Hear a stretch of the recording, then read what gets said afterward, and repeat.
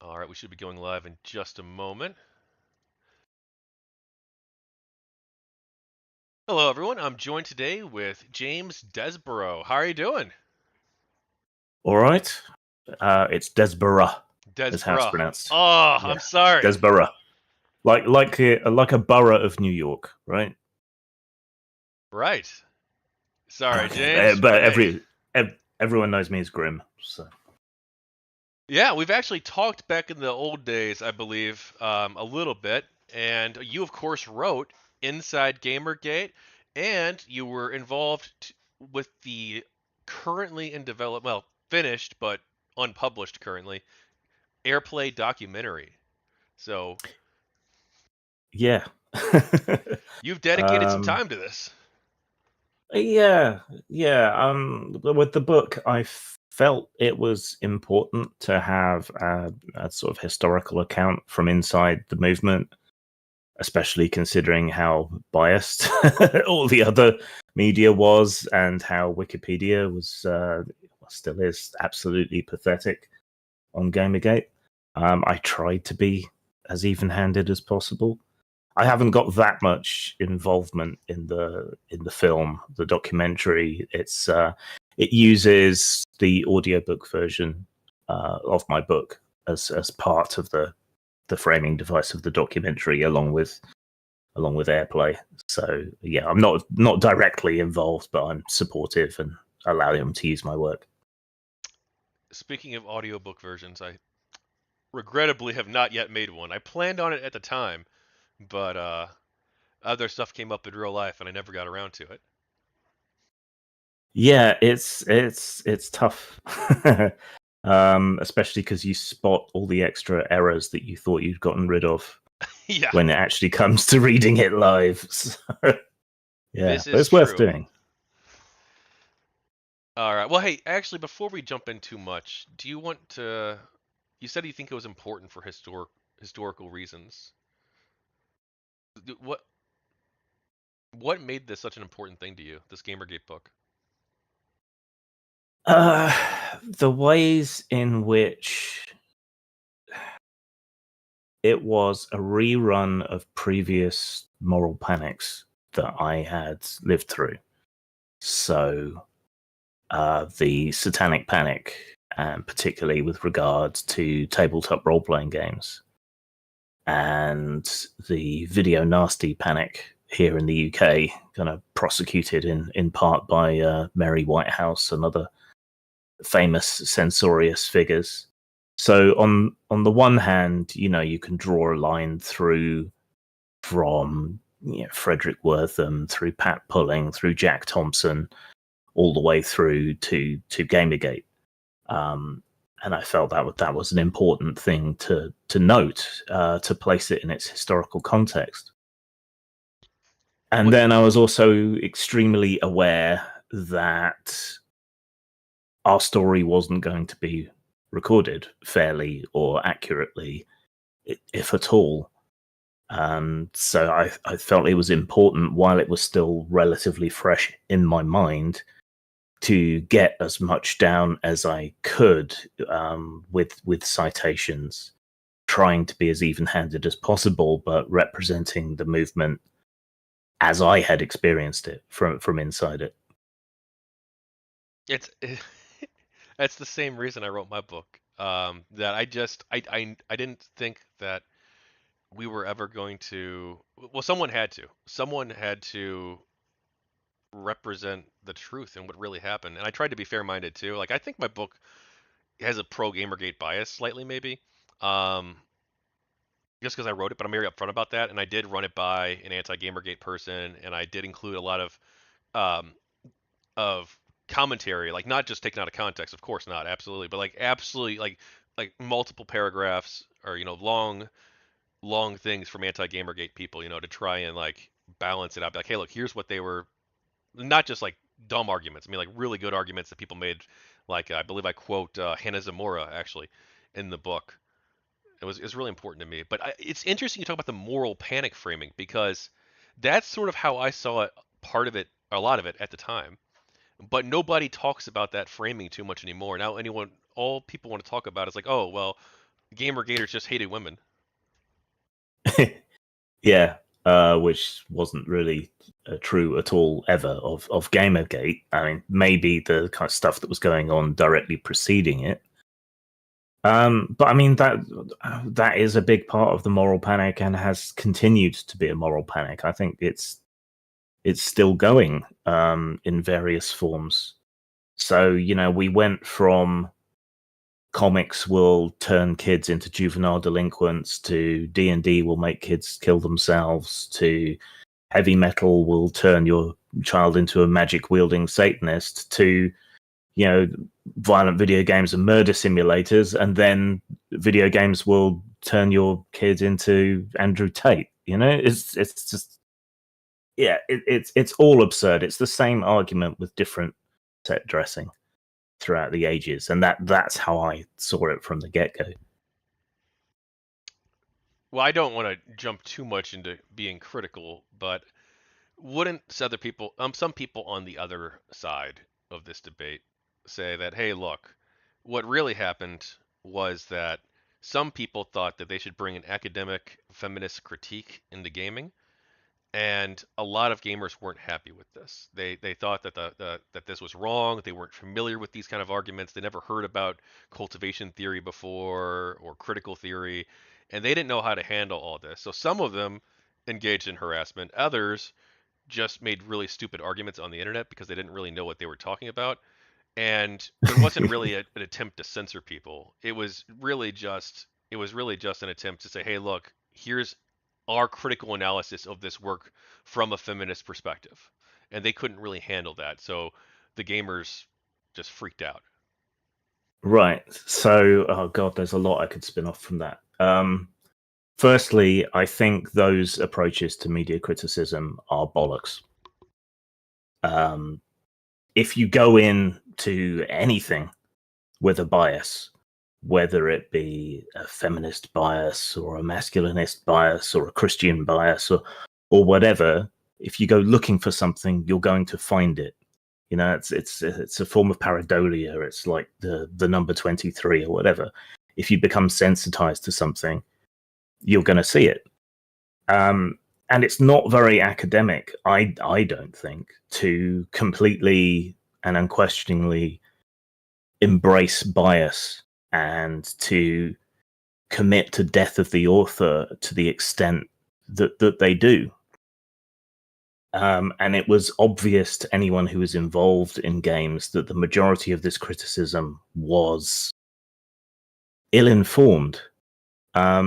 So for them to say, "Oh, you just can't handle our academic analysis," well, the academic analysis was deeply, deeply lacking in a huge number of ways. And I don't think it was limited to criticism. I mean, things got so utterly ludicrous that Sarkeesian and Quinn went before the United Nations, for Christ's sake, you know, and were brought into companies to make changes to the modes of expression and so on that were going on within those companies. Those aren't the only cases. Those aren't the only people to do that, and that is a step far beyond mere criticism. I just think it's thoroughly disingenuous to say that they weren't calling for change or censorship. And certainly their work was being used by people, whether they like it or not, to call for censorship and change. And all based on these misapprehensions about gaming, about the community, all of it. Many of my criticisms are academic. So You said that they wanted to bring about censorship and change. Well, censorship, I think everyone agrees, is bad. Well, they should maybe, I don't know. That's my view, it's bad. But when it comes to change, I mean, like, society is constantly changing. We're the kinds of things that you could put in a movie and not receive any flack for 50 years ago are different from the things that you can do today. And maybe some of those are gone too far in one direction, but maybe some of the changes are also good, right? Maybe it's good that we don't have people in blackface in movies anymore, right? I can think of ways in which it would still work in some instances. Tropic Thunder. I could think of Tropic Thunder. Yeah, there was an episode of Jeeves and Wooster that was making fun of the whole black and white minstrel show sort of thing, and I think it's wrong to erase history for modern sensibilities. So if you were creating a show or a film or something set in the era where these things were common, leaving it out is whitewashing history. That's not a good thing. Also, I don't think all change is progress. It is possible for things to go backwards. Change can be regressive as well. And I think a lot of these forces, these groups, I would call them pseudo academics if I'm feeling a bit spicy. Like they try to spin up their personal distaste into a big societal problem. Now, if your criticism is, I don't like XYZ, that's fine. And I don't think anyone would have any problem with that. But when you try to spin it up into XYZ is causing the downfall of civilization, it contributes to the patriarchy or rape culture or whatever, you're saying like this is something that has to be changed. You're not just offering a criticism. Is it possible that something could both be sexist and promote sexism to some minute degree and also be like acceptable because it has other qualities that we find artistic or useful, and therefore it's not necessarily a call for change if they have a more nuanced accounting of how they view that? I mean, the argument always seems to boil down to these cultural items can brainwash people into bad things, but not me because I'm a big brain, clever person that analyzes this stuff, which is rather patronizing. Well,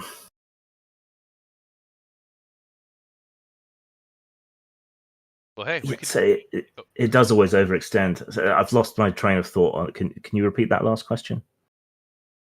If some, could they also hold the view that yes, this thing probably does contribute to like a sexist atmosphere or culture in society, and that might be bad, but we probably don't want to censor it, and we don't even necessarily want it to change because there could perhaps be other redeeming qualities about the work that make it worthwhile to still have this in existence, even if it does do some harm in some ways. So I still think it's very hard to prove any kind of link of harm. I don't think there is really, when you look at meta studies or you look at it all in the round, in the whole, there's really almost nothing to suggest that in a pluralistic media culture, you can genuinely change people's behavior. I mean, part of the problem is that the only really rigorous studies that we seem to have address things like pornography, which is much more extreme, and I suppose you could say potentially dangerous than anything in a computer game could be. But what we've found there in pornography is that men who use a lot of pornography, perhaps overcompensating for something, tend to be more feminist, more egalitarian. They tend to have more progressive viewpoints. And that it doesn't turn, what they call violent pornography, doesn't turn men into rampaging sex beasts. If anything, the opposite. But you do find that that kind of media also attracts people who are, off the rails. But then it may have a prophylactic effect on what they do. I mean, the amount of violent crime went down abruptly with the mass availability of computer game entertainment technology. It's only a correlation. We can't say a causation. But if it was turning people violent, you'd expect the opposite. And so it seems to go for all of these kind of social indicators. So that whole idea just doesn't seem to hold any water outside of monocultures like North Korea, where there's only one message. Well, hey, Grim. Do you want me to call you Grim or James? Gribbs or James is fine. All right. Well, Grim, tell me about your GamerGate experience. Um, how far back do you want me to go? Start wherever you want to start. Okay. So from a very young age, I have always been involved in anti-censorship, anti-moral panic stuff.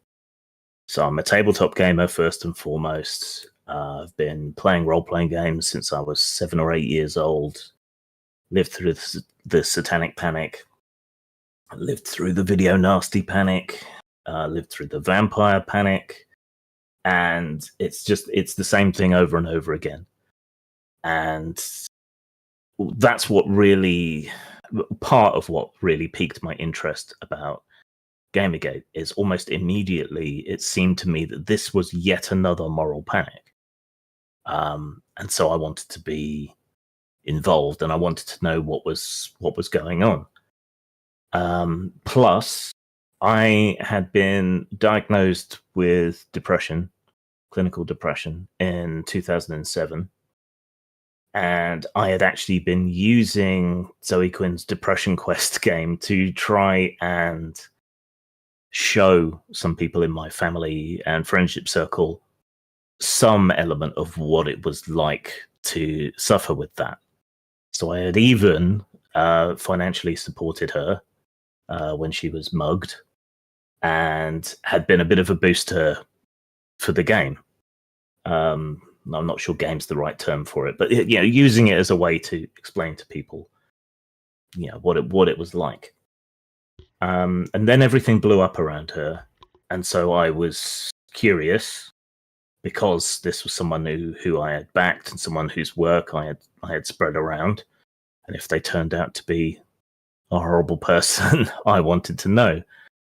So I kind of watched all that stuff that was going on before Gamergate, the Quinspiracy and Five Guys thing. Logged into one of the IRC channels where they were doing the early digging and discussions, something the anti-Gamergate people really got onto me about. Oh, sorry, I logged in to figure out what was going on. Bad me. And I kind of dismissed it to start with. I thought, it's a sex scandal. Who cares? Have sex with whoever you like. If it's an affair or something, that's between you and whoever else is involved. I don't know your situation. I don't know your circumstances. So I decided, not interested, and stepped back from that. Then, of course, everything else blew up. It turned out that some of this, what was going on, was between her and games journalists, some of whom had reported on, not reviewed, but had reported on her work and given it glowing reports. And that was like some sort of plug had been pulled out of a dam or something, and it just collapsed. And suddenly, all this corruption in the indie gaming scene, in particular, people who had set themselves up to be morally superior and better and not involved in the same kind of nonsense that we had with Nintendo Power and Doritos and bullshit. And I can't stand hypocrisy. It's a personal weakness, because to be a hypocrite, you have to try to do the right thing and fuck up, right? So you should be celebrated for trying to do the right thing. But still, hypocrisy, for one reason or another, just really grinds my gears, something chronic. And then on top of that, there was this, and intermingled with it, there was this censorious atmosphere around feminist frequency and games media itself. They had been heavily critical of games for a while, and they were supposed to be servicing the fans, right? They were supposed to be a consumer-oriented media. And instead, they were constantly trying to tear everything down, demand things be changed. Who were they serving? So to find out then that they were, wrapped up in all this, doing reviews for their housemates who were also game developers, there was just no attempt not to be corrupt, and there was this naked ideological slant to what should have been consumer serving media, and there was all this censorship and moral panic. How could I not get involved at that point? To me, it was part of that same continuity of moral panics and my opposition to them that had been going on since I was a wee lad. So you found Depression Quest a useful tool for you? It wasn't perfect by any means, but it was somewhat useful in showing people how it could be to be depressed. Getting to the conspiracies and Five Guys stuff that you mentioned, that is something a lot of people would say was sexist, and perhaps even a sexist harassment campaign against Zoe Quinn. Was that your impression at the time? I regarded it more as gossip than anything else, and I think it's somewhat unfair to fold it into Gamergate.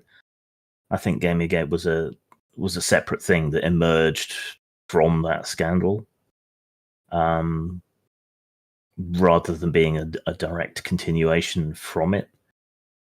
I think there was sexism involved, but I think that sexism was directed at both sexes. If you read the original Zoe post, it seems quite clear to me that that poor guy was in an abusive relationship and it was a victim. If the genders had been reversed, I don't think it would have been controversial at all. In fact, as Me Too and things coming out later on showed, women were being celebrated for calling out abusive partners or ex-partners, quite rightly too. But this guy does it, and he gets reframed as the dangerous, nasty abuser. And as more and more information came out on and around that, it became clearer and clearer that he was a victim of abuse. And then later on, we saw what happened with other people who had been involved with Quinn, including Mr. Holoka's suicide. So, yeah, I think there was some sexism in that a woman sleeping around is still regarded as extra bad, but there was also sexism in her ex not being regarded as a victim. Now, people who opposed Gamergate would say, look, if you look through the chat logs of that IRC channel that you were briefly a part of observing, and I was briefly a part of observing too, albeit like way later, to investigate this, they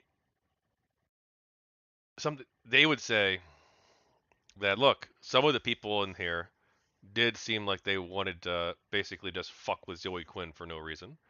That's not saying everybody. That's not saying even most people. But it seems like some of the people were. And they also have this channel named Burgers and Fries, which is obviously a play on the restaurant and this idea that she slept with 5 people allegedly. And Yeah. like it's really I think just a bad look. But while you were there observing this, did you witness any harassment or attempts to harass people? No, I saw a lot of bad jokes and the kind of Chan culture stuff, which maybe I'm desensitized to. But the thing about trolls, for the most part, is that they're not sincere. They say and do things to get a rise, not because they genuinely believe them, like over 99% of the time. So I think people selectively take Chan culture seriously when it suits them, when they can play it up. And that was only ever a tiny minority of people anyway. I wouldn't have taken it seriously. I've been around the Chan boards lurking plenty in the past, and you have to just kind of let it wash over you. And it's a deliberate thing in Chan culture to try and freak normal people out and keep them away. So if you react to it, you're kind of doing what they want. But in a similar way to what I was saying earlier about critics not really understanding games properly, I think people don't understand internet subcultures properly either, or the nature of trolling. That might be true. And my view was that, I don't really like this kind of thing. I think I might have like retweeted a sexist joke once on Twitter or on a video or something. Mentioned it. But like when I regret doing that because like I don't ever think of myself as like a sexist person, and I didn't at the time, and I don't think that that's what motivates me. But I saw a joke and I'm like, oh, that's funny. I want to retweet it. And I think I later stopped. I did. And because I realized I'm like, you know what? Actually, that's not really cool. But there is this sort of culture on 4chan, 8chan, stuff like that, where it's like we're gonna be edgy and we're gonna walk up to a line, but we're not gonna cross the line unless you're on pole. Then you cross the line. But but and I think that's probably like fine to have like a culture to some extent like this sort of subculture online where people can go and it's a completely different experience than anywhere else on the internet. I think there's like probably like some value in our society to having something like that. To have this underground chinology sort of like weird part of the web. But Yeah, good. I think the same is true offline as well. Like underground heavy metal shows, or discrete fetish clubs, or things like that. Yeah. It's important to have somewhere where your id can play. But I mean, all the internet used to be like 4chan. Everyone used to be anonymous, and that was kind of glorious in its way. The inshitification and commodification of the internet has had a pretty big cost, I think. Yeah, I miss the old internet in many respects. It was a lot more decentralized too, which was really nice. Yeah. But we're probably never going to go back to the old internet, barring some No. like really weird circumstances that probably are going to be disastrous for society, like the massive economic collapse that takes down all the tech companies or something. Maybe Elon Musk will end up buying the entire internet and screwing it all up. Maybe, maybe.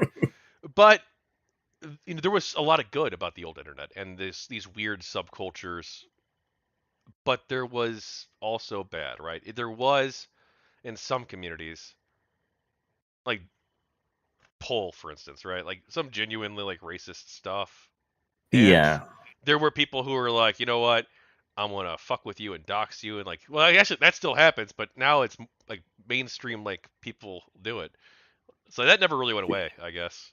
Yeah, and no one used to be dumb enough to put their personal information online Now they're all on back in the Facebook day. sharing where they are 24/7 and like, oh, I just checked into this Starbucks. It's like doxing themselves Yeah, constantly, you know? It's I do think a lot of this kind of culture clash online comes down to that changing culture, because I've been online since, God, I used to dial into goth.net or whatever it was called, a BBS system, direct dial through my Atari ST on a 2600 modem, for Christ's sake. You know, uh, you didn't used to take this shit seriously. Like, if someone called you a faggot and said they were going to cut off your head and shit down your neck, oh you wait, hang just on. laugh I'm it not off. sure. Just a heads up. Fuck, dude. Oh no. I don't care if you use fucking words, but Okay. I don't know if YouTube cares, and I know Twitch certainly cares. So let's Well, we're after YouTube should be fine because we're more than 30 seconds into the interview. okay, but don't But use the N word at all because like YouTube has a strict zero tolerance for that. So okay. yeah, but Right. anything Not else I that guess is cool. All right. I tend to be sweary. Sorry. No, you're fine. I love swearing. Dude. I don't like love it, but I'm totally cool with it. I'm I totally cursed in thrown front there. of What was I Based Mom. saying? It's true, I did on my interview with her. Yeah. What was I saying? That Oh you yeah, yeah. But we just used to ignore it. It didn't mean anything. I mean, what were they going to do? Nothing. I used to be pretty heavily involved in online atheism, and used to get into blazing rows with various religious people. Um, some Muslim apologist threatened me, and I thought, well, maybe I ought to take this a bit more seriously, and looked into it, and it was a 14-year-old living with his mum. So who beat the shit out of him when she found out what he'd been up to. So sure, some tiny minuscule fraction of people that you meet online are going to be genuinely psychotic. Some fraction of those are going to be genuinely dangerous. But what are the odds of them being close to you? And I think people from the old internet, and more broadly, I think men brush this stuff aside. Whether we should or not, I don't know. But I think, for want of a better word, the internet is becoming more feminized, and women take these kind of threats a lot more seriously. And people who weren't there for the older internet take these things a lot more seriously, possibly more seriously than they should. I'm kind of on the fence whether we should take them more seriously, those of us who don't, or whether they should take them less seriously. But something is off about people's threat calibration, I think. I agree. It's such a nuanced topic because I think that there should be lines, but those lines should probably be very broad. Like there should be like we should have like a large overton window for what's acceptable in terms of like political discourse in society. Like I think that I am not very articulate today. That's what I think. But I think that we should have like a very broad Overton window in a pluralistic society where a large array of viewpoints are tolerated. That doesn't mean you have to agree with them. In fact, you can push back on them 100%. That's good in some cases. But this idea that we need to ban everything and everyone, and then like you had Anita Sarkeesian saying that the online harassment isn't just the threats; it's things like "you suck" and "you're a liar." Like those things are I wouldn't consider that harassment ever. I mean, No, and she did suck, and she either was a liar or very stupid and ill-informed. So I think calling someone a liar is marginally better than just writing them off as stupid. It's not insulting them; it's saying that they are, genuinely being economical with the actuality. yeah. But at the same time, it's like obviously I think that I think probably most people would agree that like there probably are limits. Like you shouldn't threaten people. That should be against the rules, and that shouldn't be allowed in in our community, the GamerGate community. For instance, we would never allow that. I don't think doxing or threatening people with like actual threats. Yeah, community. It's a tricky word, isn't it? Well, insofar as well, yeah, I guess yeah. What do you think of that? I mean, strictly speaking, by the definition of the word, yeah, any group of people who are in communication and have common interests, that's a community. But community has gathered this sort of weight to it. It's like a big stifling wet blanket that you put over things. Uh, so, I mean, were the trolls and harassers genuinely part of Gamergate, or were they just latching on to a controversy like they do any other controversy, like they're latching on to the events in Israel at the moment? You know, they will swarm onto anything where they can get a reaction.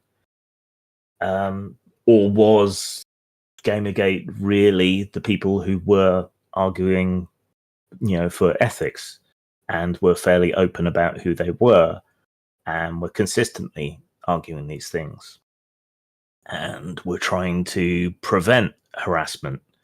We had the anti-harassment patrol for a while. They ended up giving up because they were being given no credit for trying to diffuse situations and out trolls.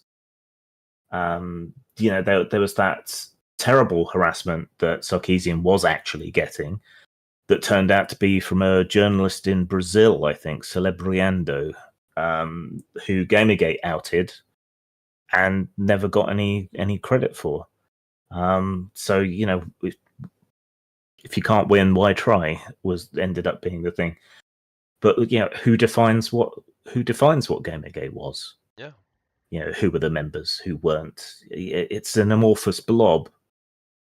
People seem to understand, a leaderless movement when it came to Black Lives Matter or Occupy, but they couldn't get their head around it when it came to Gamergate. I don't know why. Yeah, I mentioned this in brief. I'd actually want to run it by you.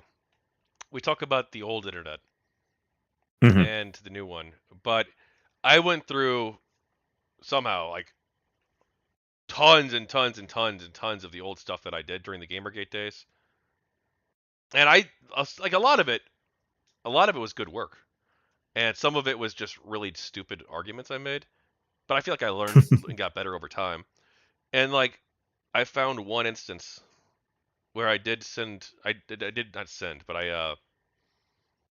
I did share a sexist meme, and it's like I a meme that I would consider sexist at least. And I'm like, well, this was like 10 years ago, and I was a part of Gamergate. I made the movement look bad by doing that. Insofar there was a movement, I made myself look bad. I don't think I should have done that.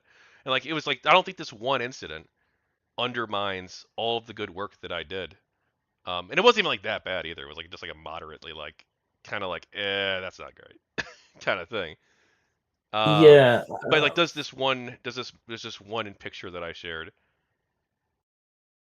undermine all of the good work that I did? It's like proof that, oh look, you really were a misogynist because you shared this. What this it shouldn't, and it doesn't, but it will be something that people will drag up constantly in order to discredit you or put you down or whatever.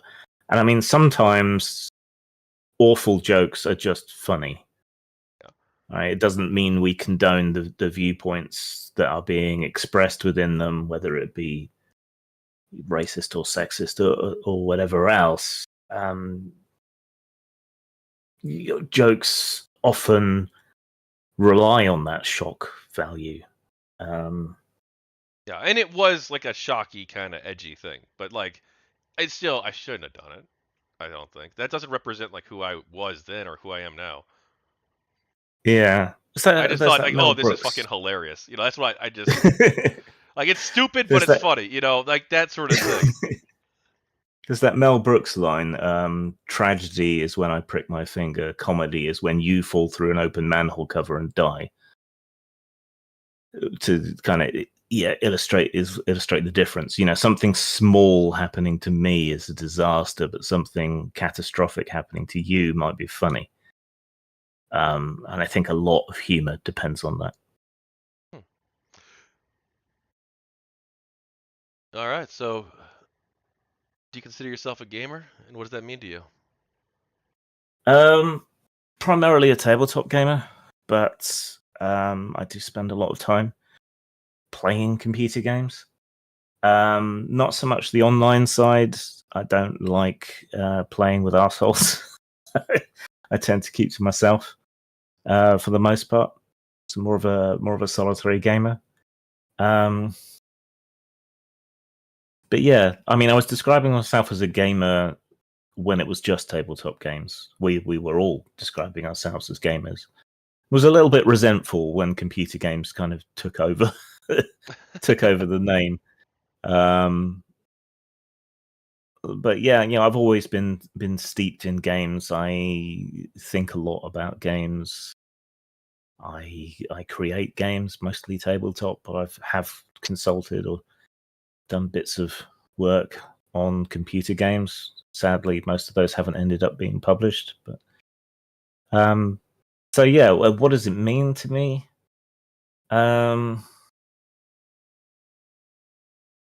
Art, imagination, escape. It is the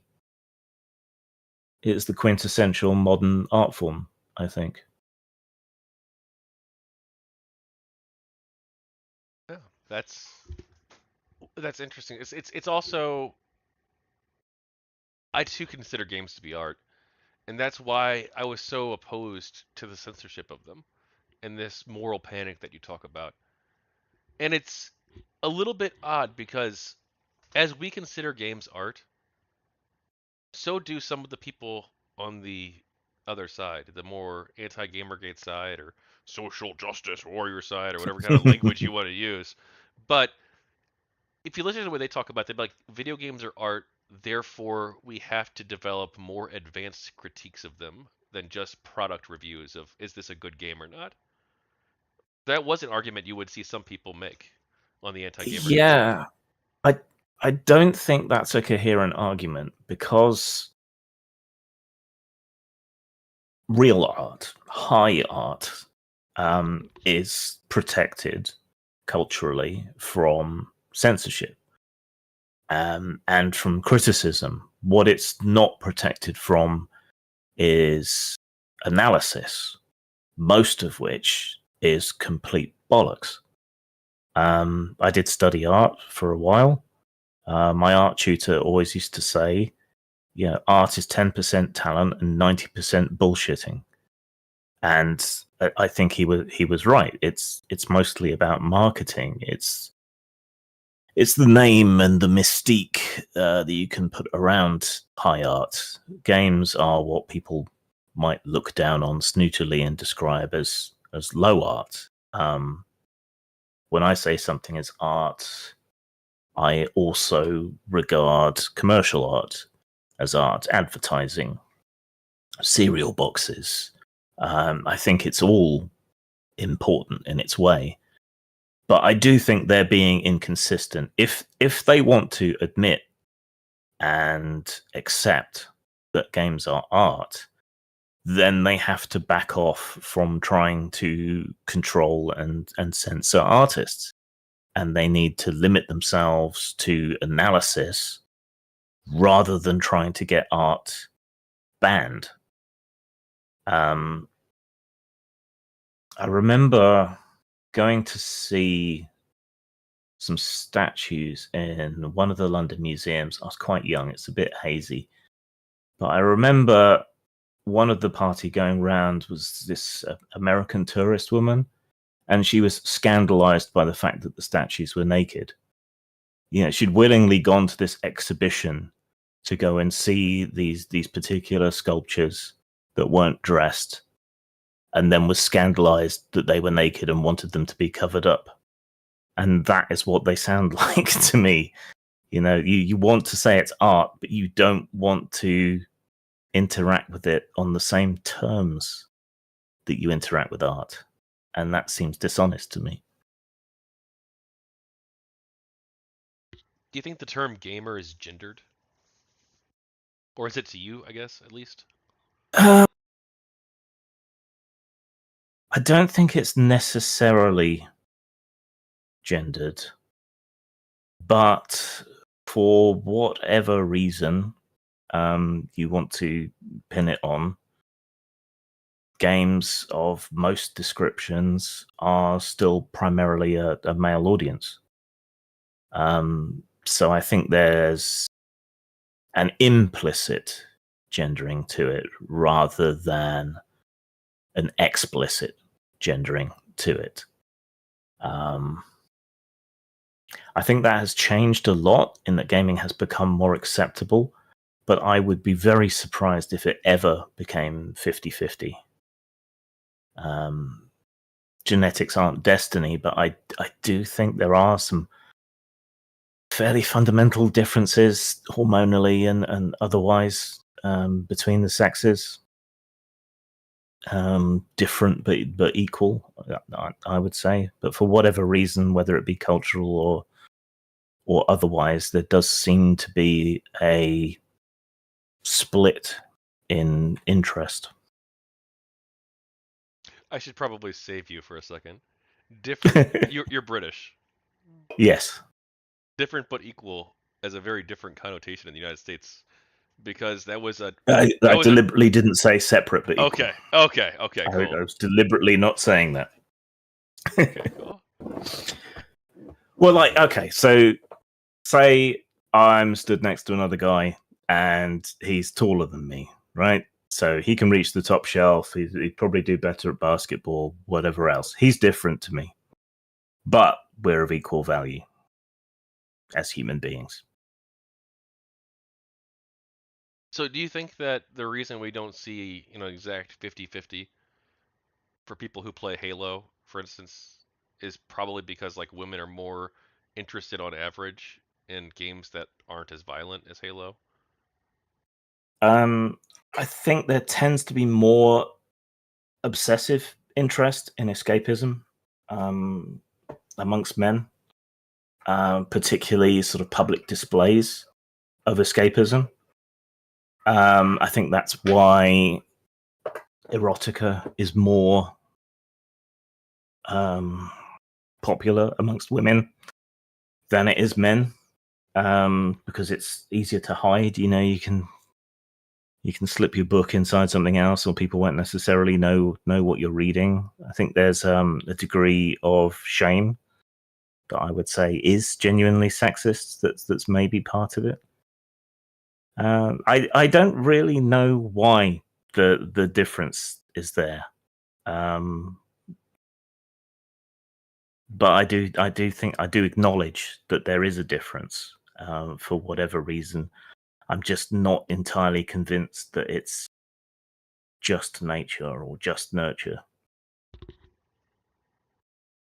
Now you actually wrote a book, I believe, I've not read it, about diversity in games too, right? In tabletop? In tabletop games, yeah. Um, with a few other people who wanted to stay anonymous. So as a sufferer of depression and a few other issues as well, I felt talked down to, patronized, ignored by the very people who were constantly talking about diversity and inclusion, because they seem to want to put people in their media who are disabled or whatever else, but then they don't want that disability to impact the character in any way. I don't particularly want to play someone with the same limitations as me. I mean, that's the point of escapism to me, is to be something different. But I set out to write that book as a way of genuinely representing people with their differences and limitations within games in a more realistic isn't quite the right word, plausible sort of way, and a way that didn't just brush off whatever their problems were and leave them at a surface level. So that was kind of a cathartic enterprise for me, because I was so fed up of being talked down to and ignored. When you say talked down to and ignored, do you who was doing this specifically, do you know? Not person, but like what kind of setting was it in? So kind of similar to the problems we had around GamerGate and computer games, with people, constantly arguing for diversity and inclusion, but always making it very surface level and ignoring viewpoint diversity. As a mental health sufferer, I constantly found myself being talked over by people who thought they were doing good but wouldn't listen. I guess I'm the wrong kind of the wrong kind of mental. I don't know. And these are the very same people saying how important it is to elevate these voices and so on, and unless you disagree with them. Um, Being a minority of a minority doesn't seem to be a very nice position to be in.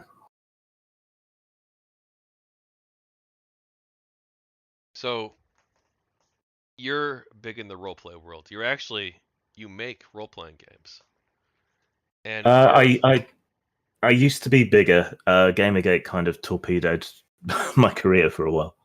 hey, you got a Wikipedia article, you made it. Yeah, but they won't update it. It's so out of date. Part of the role playing experience is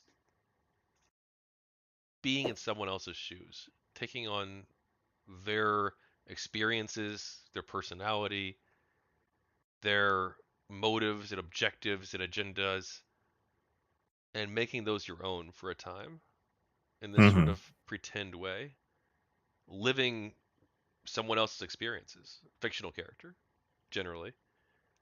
Yeah, This, but go on.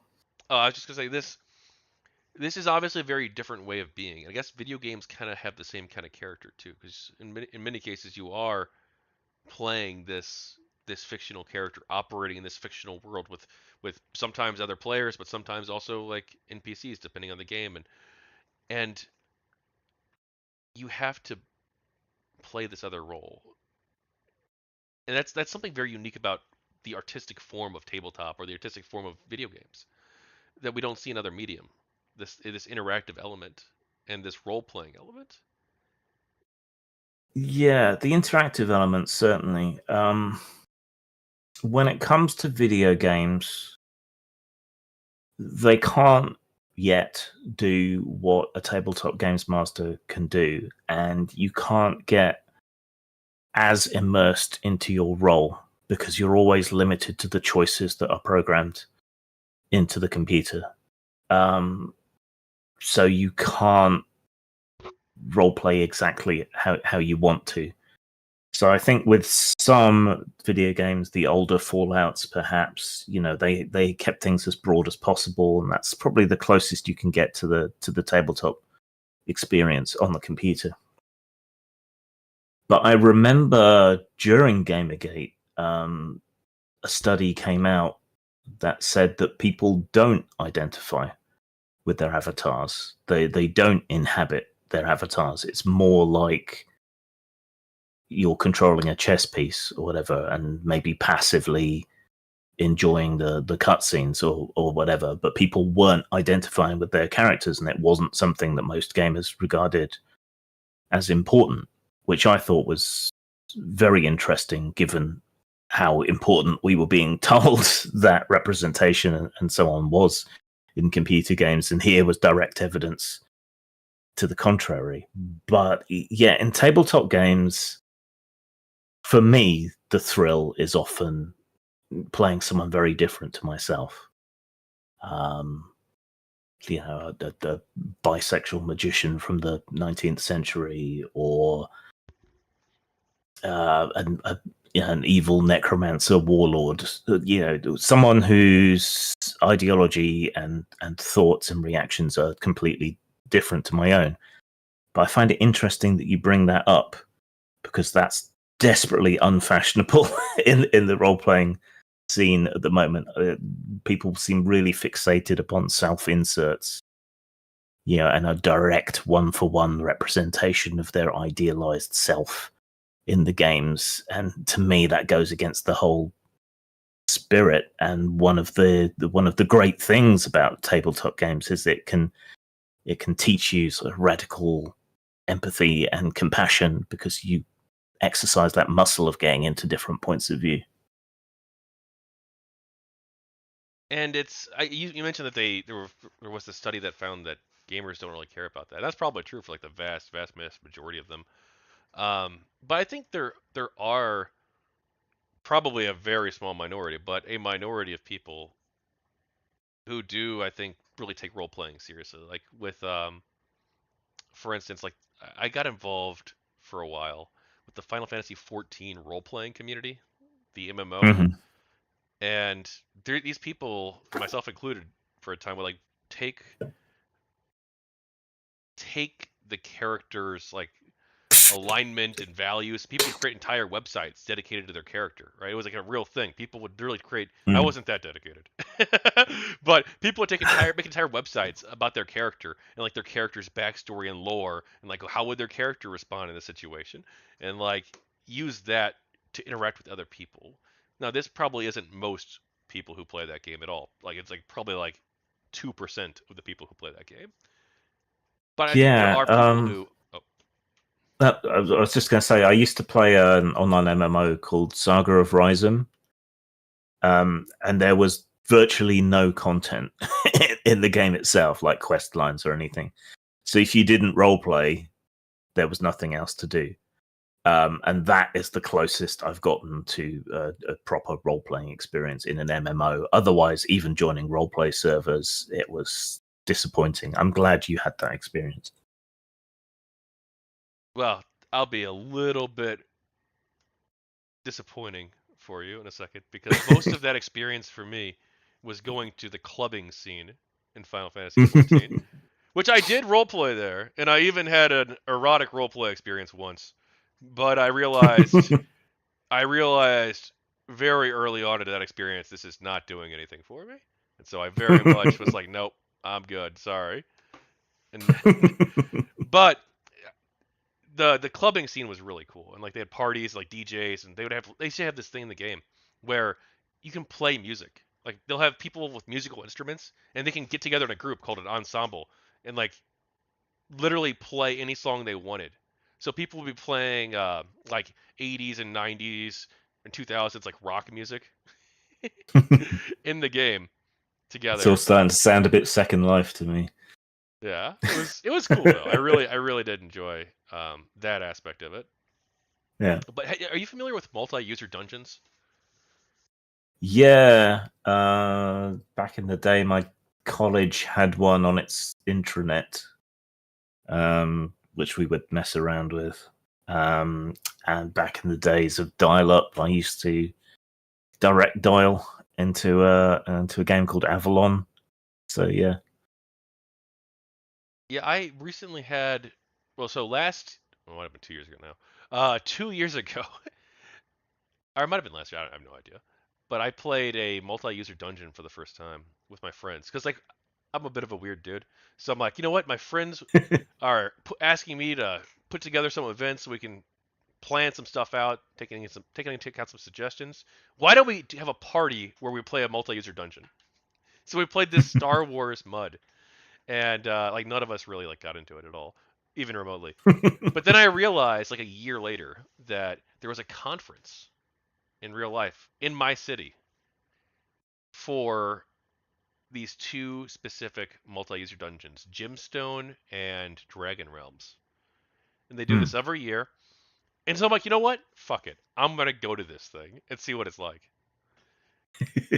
And it was incredible, actually. Like I don't even care about the game really. But it was incredible because it's like these people who have been playing this game for 30 years, many of them, like 20, 30 Hmm. years. And they've dedicated so much of their time to this, and they it's one of them's more role play focused, the other one's more like action focused. But they've known each other online for like 30 years. They've been playing together. It's like this whole community of people who's like super tight knit, and they also like take their role play stuff like super well. The Gemstone people do. The Dragon Realms people don't. Mostly. No. Now, of course, the Dragon Realms people are going to say, no, that's not true. It's the other way around. Because there's like a friendly rivalry between the two games. But it was like this really cool experience, like this. And you said that you haven't really had a chance to do like a role playing thing, but I could probably get you in touch with some of those people, and they at least from talking to them in real life, they seem to take the role play stuff very seriously. Now I don't know in the game because I've only played a little bit, but in the game I'm not sure if they take it as serious. But from what I hear, they do. Yeah, it's more the MMOs where it's been a problem because there I was trying to roleplay and making decisions about my character progression and so on based on roleplay, and then nobody wants to team with you because you're not spec'd right for the dungeon. You haven't maximized your character in the right way. So that tended to put the kibosh on things. We had a guild on the Lord of the Rings MMO where we had this big deep background, and we joined what was supposed to be a full-on role-playing server, and it just wasn't. So, representation. We talked Mm-hmm. about this a little bit. You did. But do you think it doesn't matter? For me, it certainly doesn't matter, and the evidence seems to be that in a lot of context, it doesn't really matter to anyone else. But there does seem to be this minority, or it seems to be what would be the right word? Seems to be a cause that some people want to sign on for, whether it has that much validity or not. I think if anyone was completely absent from our media, that would be a problem. But do we want media that's directly proportionate? Does that make sense or not? Do we want to overrepresent people? How are we going to choose? Are we going to choose people for talent or because they tick a certain amount of boxes? If someone with my issues appears in a show, I would want them to be on the show because they were talented, not because they shared my issues. If you see what I mean. No, for sure. I've identified with characteristics of female characters, black characters, Asian characters. It's never made a difference to me. How they look is probably the least important thing I can think of.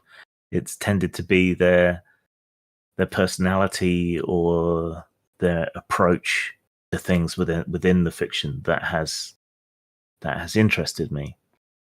And I don't just want to see the entire world through my own eyes. It's like with the role play, I want to experience it through the viewpoints of other people. But viewpoint is more cognitive and ideological rather than anything else. So it's more interesting to me to see and empathize with a character who is very different to me in a lot of ways. Sorry if I'm being too kind of pretentious and wordy. I'm Hey, feeling a bit you get to go self-conscious. wherever you want to go, and how deep you want to go, or how shallow you want to go. That's how I That's run what she these said. interviews. Oh, damn, fuck. That's in the book, you know that, right? That's gonna be in the book.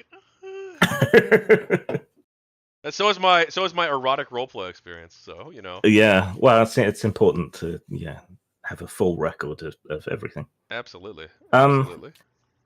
yeah, I can understand why it's more important to some people if they feel completely unrepresented, but I don't think we're in that place anymore. It's not the 1970s. The world's very, very different, and people have a lot of representation.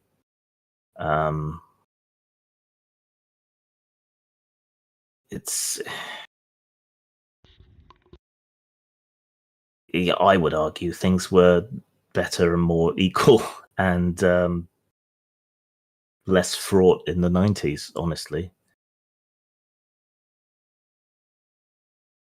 Now, I guess like the stereotypical example would be, the black kid grows up in the ghetto, and all he sees is a lot of black people joining gangs, and he thinks, well, this is the path for me, I guess.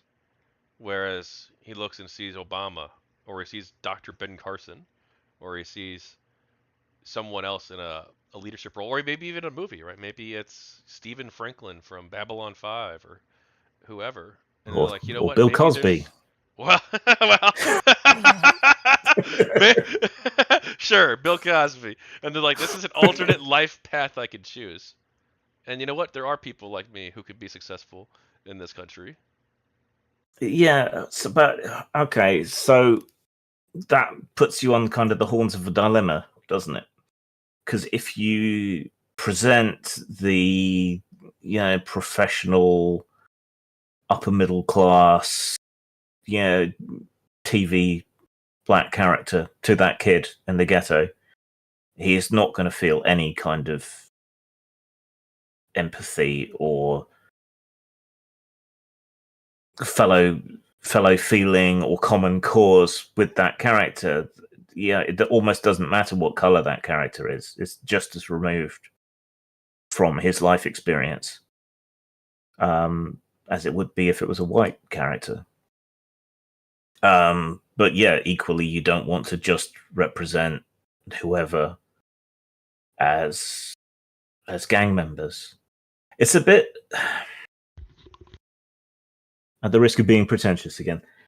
It's a bit weird observing American culture from this side of the pond. Because here it's much more to do with class and wealth than it is to do with color for the most part.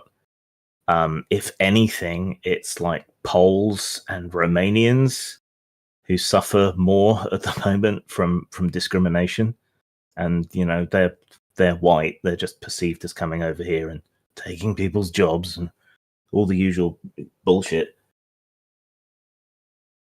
And you also see a lot of what Americans seem to regard as black stereotypes applied to poor white kids over here from council estates in Glasgow or wherever else.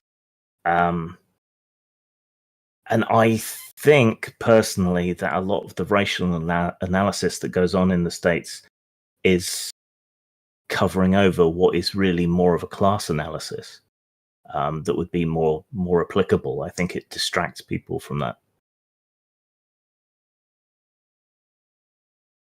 So obviously on August 28th, 2014, something happened.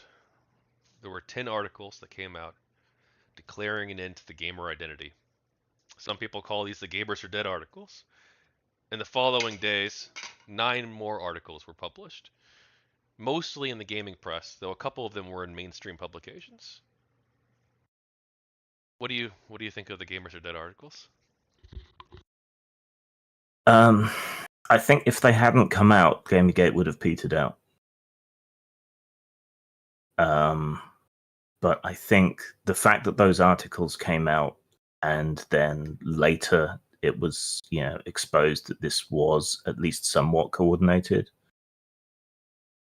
I think that's what kicked everything into high gear,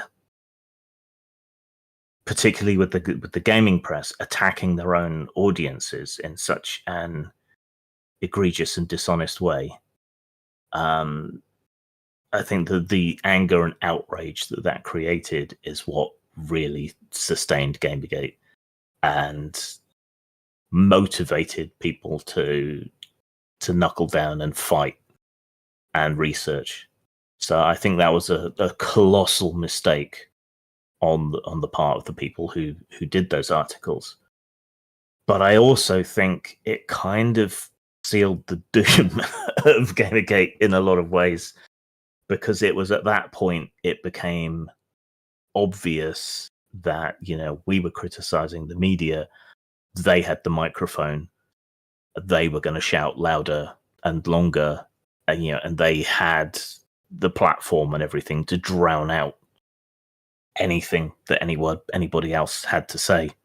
Even with social media becoming what it was.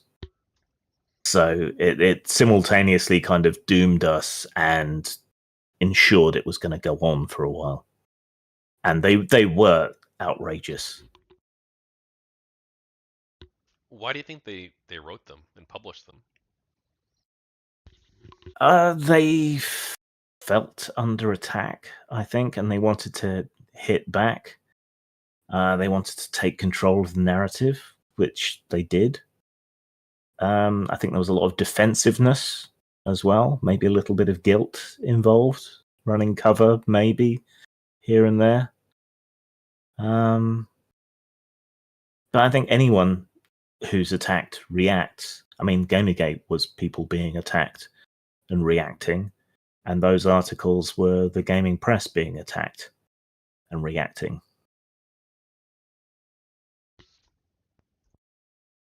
But isn't it easy? These are companies, right? They in theory, all they care about is money. Why not just say, oh, oh, LOL, we'll make a couple reforms, slap a couple people on the wrist, call it a day, everybody goes home, this thing blows over in like 3 days.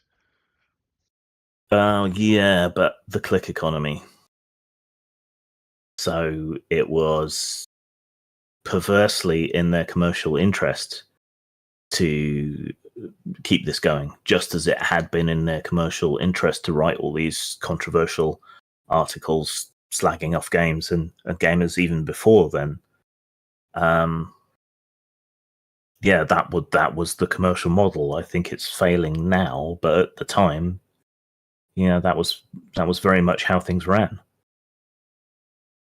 Do you think there was any value in the idea that we should end the gamer identity? I think there was the potential for a more genuinely academic examination, because gaming has become such a ubiquitously engaged in art form that in some ways referring to people as gamers seems as ludicrous as describing someone as a televisioner. Everyone watches TV. Why would you identify yourself as a TV watcher? It doesn't make any sense. You might identify yourself as a film buff or a fan of a particular series, but you wouldn't describe yourself as a TV fan.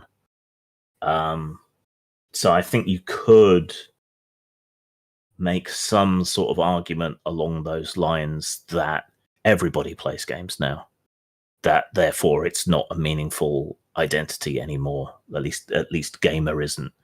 But maybe you could talk about FPS fans or RPG fans or people playing on their phones as a separate group, obsessive players of online bingo, whatever. You could talk about that. So I think you could make that argument, but I don't think they did.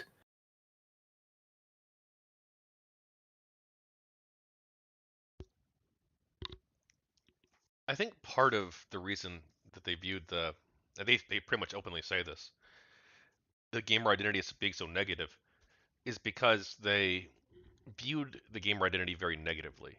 Not just we need to move on, but there was also an element of it where it was gamers are stereotypically, the fat, sweaty virgin neckbeard who doesn't use deodorant and stands in line for 6 hours outside a GameStop for the game to come out and is just like kind of a shitty person, maybe even like a little bit racist, yelling the 12-year-old kid yelling at his microphone the N word, you know, and that's sort of how they perceived the gamer identity as being, even in even if that wasn't a full representation of what gaming or gamer culture was. But do you think there was any Uh, value in criticizing um, that aspect or what they perceived as that aspect? Is there any truth in there? I don't think there's any more or less truth in that than there would be in stereotyping feminists as fat, hairy lesbians who hate all men, or there would be in any other similar stereotype. They steadfastly refused to give up the social justice warrior identity, even though that became overwhelmingly perceived as negative. I think we've seen that morph into woke, which is now overwhelmingly seen as negative, even if the boomers have kind of ruined it as an insult now. And yeah, I would put that in the same kind of category that makes me kind of roll my eyes a bit. All right, so hey, what do you think of games journalism? Um, as a consumer, it is useless to me. um, I rely much more on word of mouth and so on from my friends. Most of it isn't really games journalism. They're usually banging on about something else, just using the game as a springboard to say whatever. So, and I just don't think they're serving the consumer. I don't think it's got any better. Clickbait is failing as a business model. Online advertising is failing as a business model. Good riddance, frankly. It stopped being worthwhile a very long time ago. Obviously, the moral panic framing was more important to you, or well, very important to you. Was it also important to you to reform games journalism, or was that not an aspect of Gamergate you were involved with heavily? I felt it was important because at the time I felt that games journalism could be salvageable. I felt that there could potentially be some sort of halfway house between the kind of extreme version of what Gamergate said they wanted. I don't think they were necessarily understood when they were expressing it, but also allowing room for what the people who had somehow fallen into games journalism wanted. I mean, going way back, computer game reviews used to appear in very technical magazines that were really about like putting your own machine together, things like that. So they were very technical. You know, this game occupies this much memory. It has these graphics. The sound is like this. So you know, it used to be very much what we would have called an objective review, I suppose. These are the technical specs. Here's some screenshots. That sort of thing. That's one extreme. The other extreme is where someone is supposed to be writing a review of a game and instead writes a 3-page rant about rather parochial American politics instead, using it as some sort of springboard to do so. Yeah, there should be a way to find some sort of ground between the two where you at least describe what the game's specs are, what it does well, what it doesn't do well, before you launch into your tirade about whatever else, or your subjective personal taste, or you thought this was sexist, or we could have had both, I thought, but it didn't pan out that way.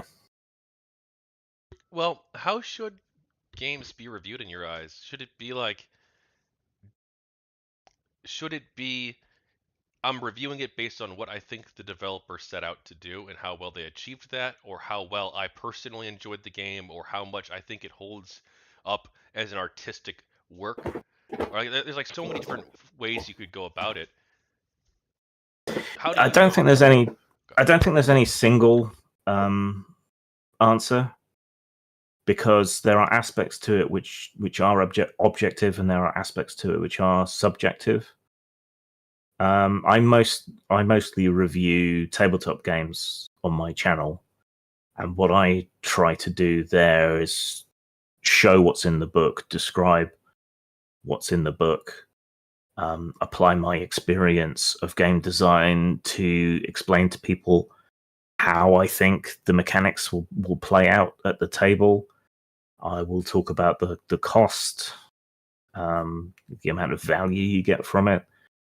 So you'll learn in this case books. So you'll learn how thick the book is, what kind of quality the paper is, the build quality of the book, whether it feels solid and nice. You'll learn about the mechanics and the key sort of points of the story that's presented in the book, and so on. And then I will also offer my subjective interpretation. So I think there's a combination there. particularly on the websites, which is primarily where games media is situated now. You can have videos demonstrating the gameplay, or you could, if any game journalists could play. Um, and you can give the specs, and you can talk about things that are somewhat subjective, like whether the controls are intuitive, that sort of thing. And then after you've covered that, you can then talk about your subjective personal opinions. And then we as the consumer, we can find reviewers who tend to share our taste. So yeah, that's that middle ground, which I think is the right place to be with it. It's interesting because you said you thought the games press could improve. That's past tense, though. Do you not think they still can? Yeah, I don't believe that anymore. I just the will isn't there, the money isn't there, and it's still just as, if not more, corrupt. And I've seen some of that corruption directly. My partner used to do reviews on a website, and she gave what was going to be a fairly big MMO at the time a positive but not positive enough review. And this seemed to cause some sort of panic at the office. The company behind the MMO was upset and tried to intervene in various ways.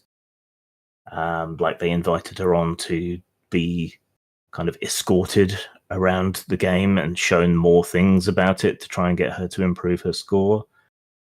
The editor was worried that the company would cut them off from early access and access at all. So I saw that kind of corruption directly. And I mean, what are you supposed to do as a games media outlet in the face of that sort of thing? If you stick to your principles, great, you'll get the trust of the gaming community. But by the time you get to review a game, all the other sites who have played ball will have already reviewed it. And you know that you can't trust their scores because they will have scored high in order to keep the company sweet. Yeah, and this is going on all the time, not just in the big cases like GameGate, but all the time. And there's no real hope, I don't think.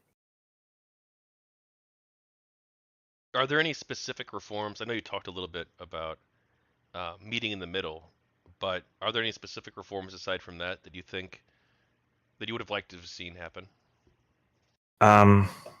Apply the SPJ rules, which they should have been doing all along, recusing themselves from reviewing things by friends, roommates, ex-lovers, current lovers. It's stuff that's no-brainer, really. If you were the editor-in-chief of a gaming website and some of your employees were credibly accused of ethical violations, what would you have done? Start with a public apology and amend those articles with a note of what had been going on, so there would be disclosure. The employees who had done that would get an official warning, and if it happened again, I'd probably operate a 3 strikes rule. Then they'd be out.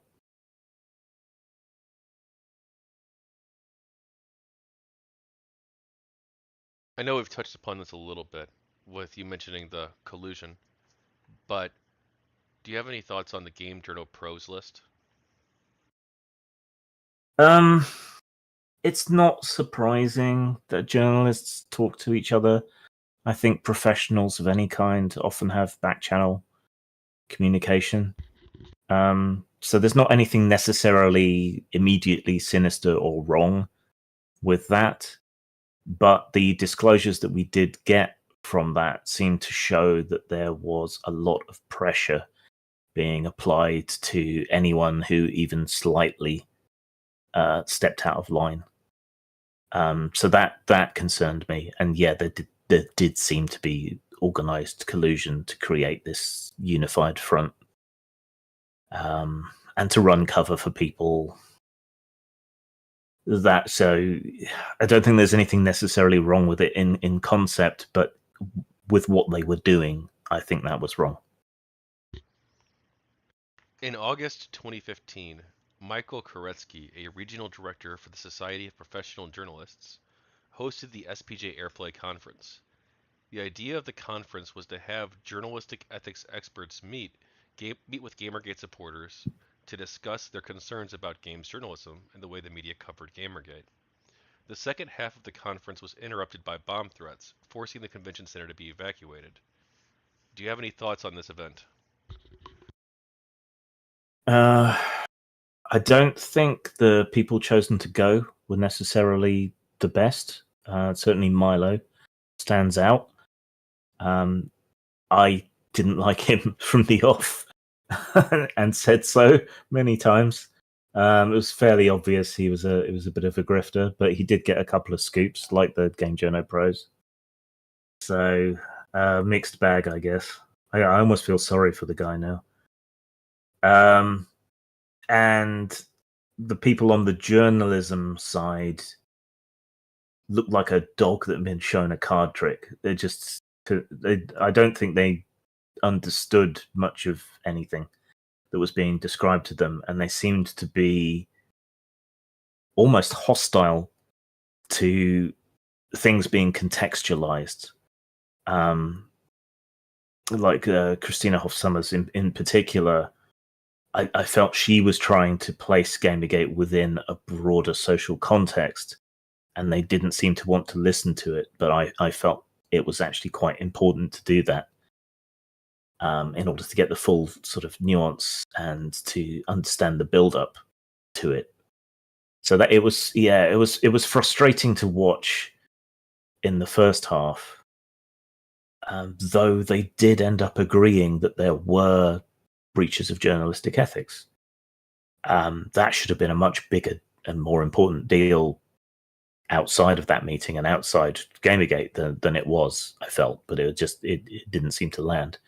I also felt the bomb threat should have been a bigger deal. It should have been reported on as much as the alleged threats against Sarkeesian and so on were, but it wasn't. And there was another bomb threat, I think, at a Washington, D.C.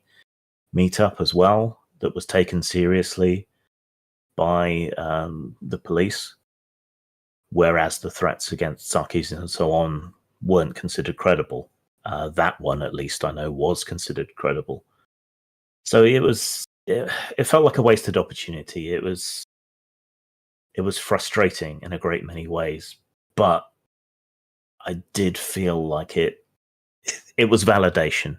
In the moment, I remember feeling elated that such an important body had agreed with us that there were breaches of journalistic ethics. You said alleged threats that Anita Sarkeesian had received. Yeah. Do you think she also received real threats, or was it all just not? So I'm sure she has received threats. I doubt very much any of them were genuinely serious. I know that they were taken seriously and investigated, and that none were found to be credible. Same thing happened with other figures. Certainly nothing was ever connected back to Gamergate. The main case I remember was traced back to I think a couple of teenagers who were just taking exception to her and seeing her as a trolling target. And that has tended to be the case with a lot of high-profile cases of this sort.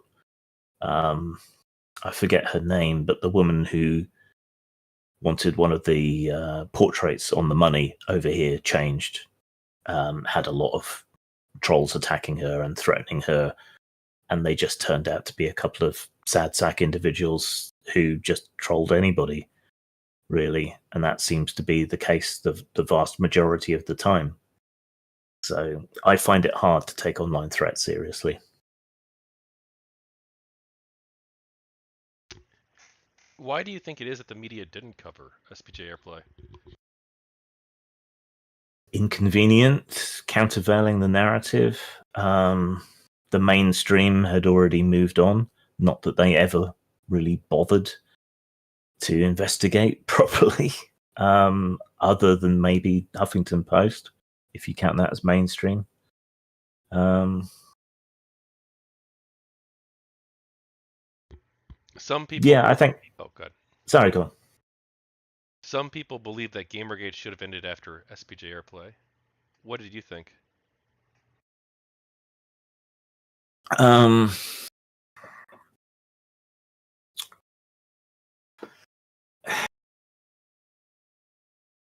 It's not enough to win. You have to be seen to win. You need to wrest concessions from the losing side. But the losing side didn't understand that they'd lost, and in a very practical sense, they hadn't lost because nobody was paying attention. Nobody on the losing side was going to cover it. So it just fell flat. Excuse me. And I think at that point, we were moving more into a sort of culture war stage where it was less about those sorts of things and it was more about the censorship and the other sort of cultural issues. But that's around when I started to lose interest, I think. Yeah, I kept going until early 2018, and by then it looked like GamerGate was dead to me. Like I felt like I was the last one left, me and a couple other people. There was a meetup in San Francisco in the summer of 2018, though, I believe. So I guess a couple people kept going. But yeah, good. It didn't feel like anything more could be accomplished. And you can only flog a dead horse for so long, I think. Now, obviously, Kotaku in action. It's not the community it once was. Were you a member there? A lurker again. Yeah, I was a fairly active man. Like not like super active, but like a moderately active person on there. And I thought the community was great on Kotaku in action, and I was partly responsible, I guess, for the rules changing to open it up to more stuff. Because at the time, I'm like, well, yeah, let's open it up. Let's allow more discussions to take place, even if it's not related to gaming. I'm okay with that, probably. Yeah. Well, maybe that was a mistake. But around SPJ Airplay, the subreddit had about 50,000 people. Now it's got almost 150,000 people. And it seems like the subreddit, beginning around mid 2017 or so, became significantly more right wing, and not like right wing in a good way. I'm a hoary old socialist, so I'm not going to see anything right wing as a good way. I have conservative friends, but nobody on the far right. Yeah, I've got conservative friends too. That's fine. I don't have a problem with conservatives, but far right I do have a problem with. But why do you think that this community, that was for a while a major hub for GamerGate, for a long time, a major hub for GamerGate, went this direction? So when GamerGate started, and through most of the sort of early period, we did do multiple kind of check-ins on what everyone's ideology was, because we were already being accused of being, fascistic or right wing or whatever at the time. And every test, including the ones done by Brad Glasgow, seemed to show that the vast and overwhelming majority of Gamergate was on the liberal left, or the libertarian left, if you will, with a fairly strong contingent of socially liberal, economically conservative people as well. So, libertarians. I think that it made its shift to the right. Excuse me, for multiple reasons. I think most of the people who kind of fell away from it were the more left-wing people, from a combination of social pressure, ostracization, career issues brought about by it, and so on. I also just think the more extreme sort of headbanger types were just more committed and had a lot more energy. It's the conspiracy theorists and the nutters that shout the loudest, and their Energizer battery never seems to run down. So I think that's part of it. Also, somehow, and I will never understand how this happened, but the right wing latched onto free speech, free expression as one of their defining characteristics. Yeah, it never used to be. The Berkeley free speech movement was not a far right movement. And I don't think it was genuine. I think we can look at the censorship that's going on now.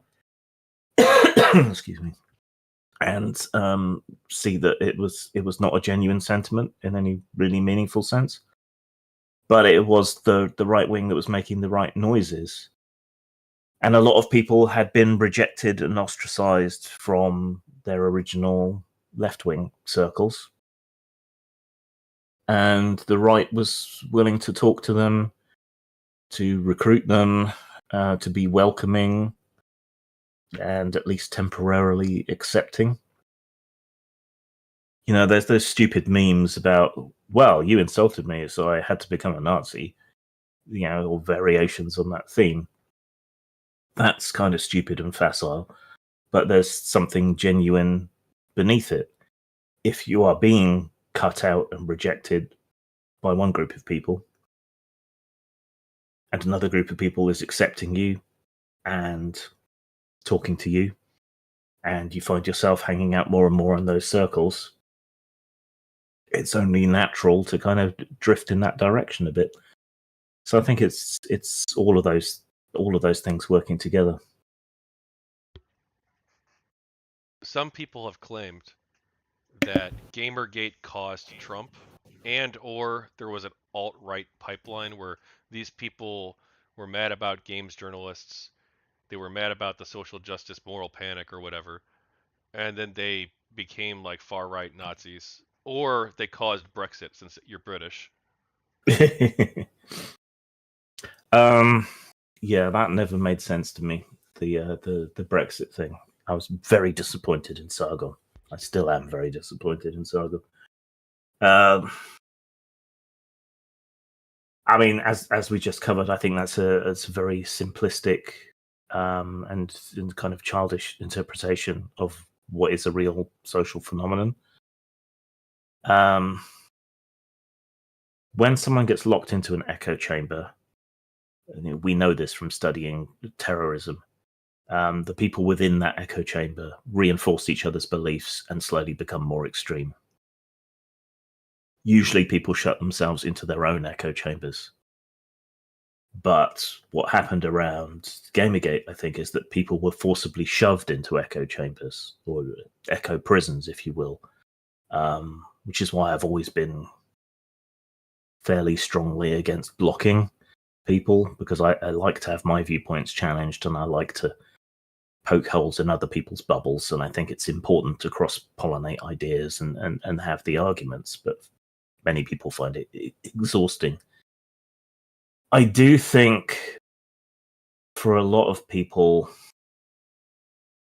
Gamergate was a moment, maybe the moment when they lost all trust in the media because nobody was doing the work.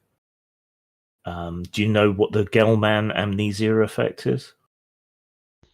Yes, you read an article about a topic you know about, and you're like, hey, they got a lot of this wrong, and then you turn the page, and it's something about something you don't know about, Israel, Palestine, or whatever, and you're like, Yeah. oh, this seems legit. Yeah, except in this case, I think people didn't forget when they turned the page. Um, Maybe because, ironically, gamer was such an important identity to a lot of people. But yeah, it just they saw that nobody was doing the work, nobody was making the effort, nobody was coming and talking to them. They were just mindlessly repeating what they'd been told by the very people we were criticizing, and that was it. So nobody could trust anything anymore. And in that kind of atmosphere, disinformation can run rampant because you've got no quality gatekeepers that anyone believes in anymore. Um, so I think that's a big part of it. And the people on the right, as I say, they were being welcoming and friendly, and they were willing to have the discussions and the debates, or at least willing to pretend to. They were making the right noises about free speech and free expression, even if they didn't follow through on it. And to me, that's how it happened. It's just part of a larger tapestry of people losing faith in the media, in authority of any kind. But unfortunately, the downside to that was they ended up believing other sets of people who were just as unscrupulous, unfortunately. Some Gamergate supporters believed that pressuring the advertisers of gaming sites that they perceived as being corrupt was a good way to convince them to initiate reform. What did you think of this strategy? I mean, it's very Alinsky's rules for radicals, isn't it? Because that has always been a tactic of the sort of populist censorship movements, is always to threaten the advertisers or appeal to some higher authority to get something changed that you don't like. Um, and so I can appreciate the point behind it, the idea of using the enemy's tactics against them. But as I think we established earlier, I can't stand hypocrisy, and to me, that just felt like you were engaging in the same things that the enemy did, and I felt like that kind of undermined any sort of moral high ground we might have had. But there's no denying the effectiveness. Would you? Well, did you see any emails yourself? No, I did not, because it was not my scene.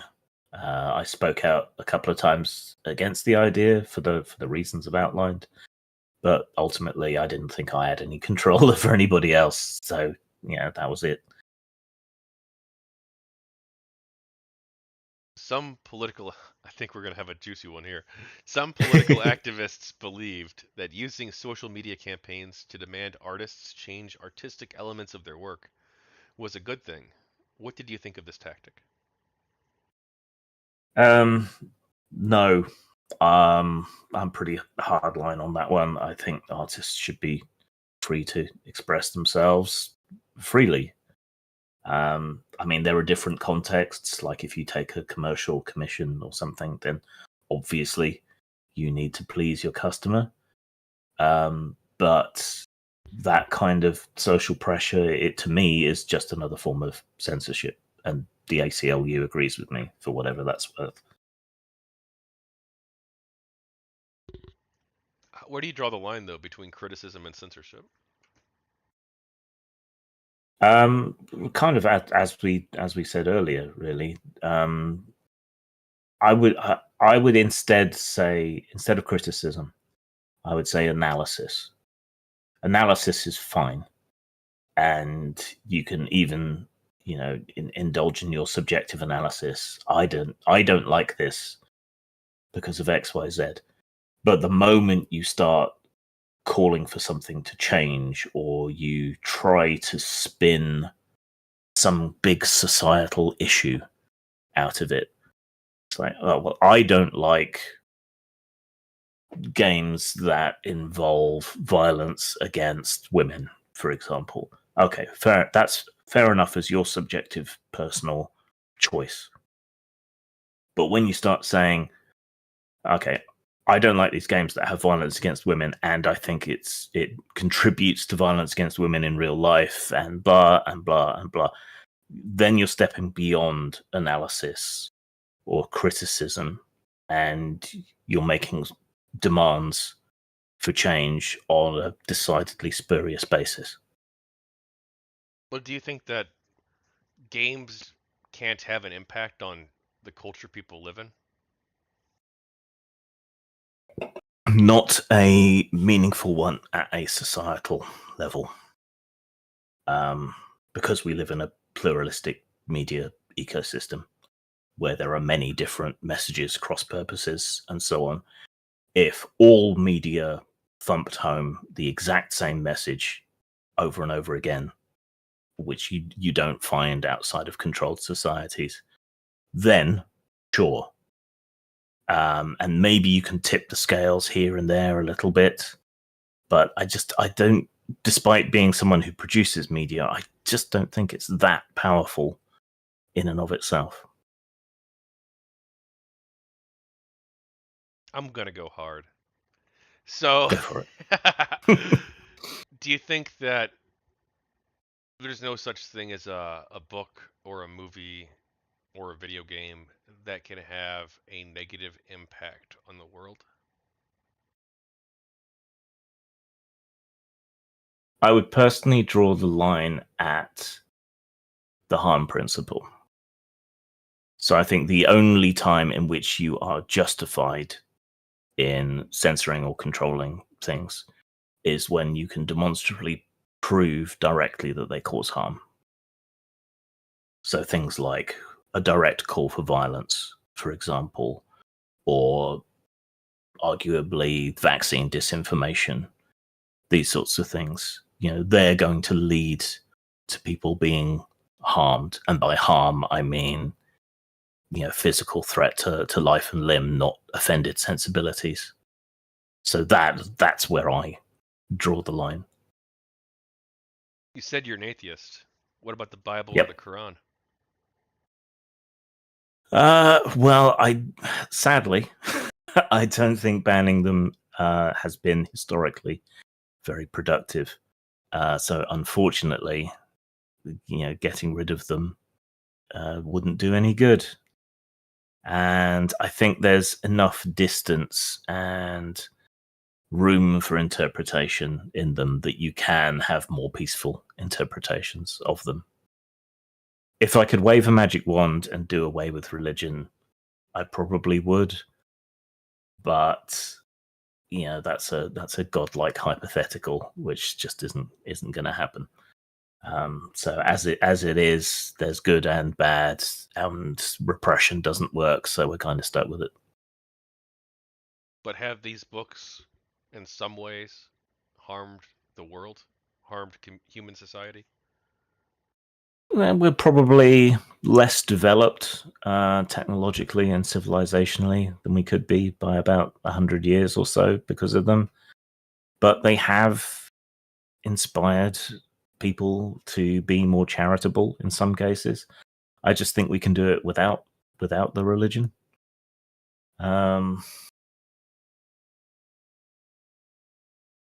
Slavery is a good one because the Bible was both used to shore up and excuse slavery and to whip up sentiment against it and eventually to get it overturned. So yeah, much as I would like to do away with these things, I think it's a bit swings and roundabouts. Now, obviously, the Bible and Quran exist within a space where they're also religions, so it's not directly Yeah, analogous to video games. yeah. But what about Mein Kampf? I was just about to bring that one up. Um, as a historian, I think it is important to have access to it, to examine it, and to understand it in order to understand the ideology and the motivations that were involved. But I don't think we see um, a real mass movement off the back of that anymore. And hopefully we never will again. But I think it has value in that context as a way of understanding. In the same way that I would be against the death penalty, even for serial killers, because it's much more effective to examine and try to understand them in order to better tackle the problem. But the question isn't should Mein Kampf be banned. I agree it shouldn't. And I think there is Hmm. use in historically analyzing it. The question is, did Mein Kampf have a neutral impact on the world? Have you read it? No. Okay, I have, and I didn't turn into a Nazi. So clearly, the text is not sufficient in and of itself to cause harm. And it is somewhat cagey most of the time. But context is king. I don't think we can ever truly separate anything from context. You didn't turn into a Nazi, but do you think there could have been some people who were already perhaps some people who were more vulnerable to hearing out that message, especially in the 1920s and 1930s In that in Germany? context, clearly people were more vulnerable to that, but also, the context was different, and there were things surrounding the book. There were the speeches, there was the resentment after the First World War that was fresh in a lot of people's minds, and the punitive damages that were enacted upon Germany. So you can take that book and say, well, then in that context, clearly it was a lot more dangerous than it is now in our modern context. And like I was saying earlier about pornography, the kind of people that are attracted to reading it may include people who would be dangerous, but they'd be dangerous whether they read it or not. They read it because they're dangerous. They're not dangerous because they read it. If someone said in 1925 that Mein Kampf is bad for the world, they don't call for it being censored, not directly, but they say, I Mm-hmm. think that the world will be better off if books like this aren't written. Do you think that they would be calling for censorship? Well, you kind of preempted a bit by saying they weren't calling for censorship. Okay, fair enough. They're Um, not directly saying ban this book, but they are saying I think the world would be better off if books like this didn't get made. I think you're better off, generally speaking, making the arguments against the ideology that's there, rather than banning it. And in fact, Germany is a great example of this, because there were attempts to ban the Nazi Party, to ban them from wearing uniforms, or ban any organization from wearing uniforms, for banning gatherings, for banning the Horstwessel March as a song, and all of these only ended up feeding into the movement, building more resentment, getting them more converts, getting them more sympathy. And I think this is another aspect we have to be very careful of, because censoring people or going after them does often create a certain amount of legitimacy to them. I mean, look at Russell Brand, right? It seems very much like he's guilty of the things he's been accused of. But he's set himself up as this countercultural truth speaker, whatever. And so people almost instantly have spun up, oh, this is all a conspiracy. They're out to get him because he tells the truth about X, Y, or Z. And the attempts to censor him, to demonetize him, to throw him off various platforms, to cancel him, if you will, only seem to have made his audience that much more hardcore and that much more willing to believe him. So it's backfired a lot. But is the statement that Mein Kampf is a net negative for humanity inherently a call for banning Mein Kampf? I'm having a hard time separating it because you did say it was a call for censorship. In and of itself, as a statement, I don't think it is. If it got more specific, I think it could. What about I think Dead or Alive Extreme Beach Volleyball is a net negative for humanity? I'm gonna want to hear why, and I'm gonna want to see some proof.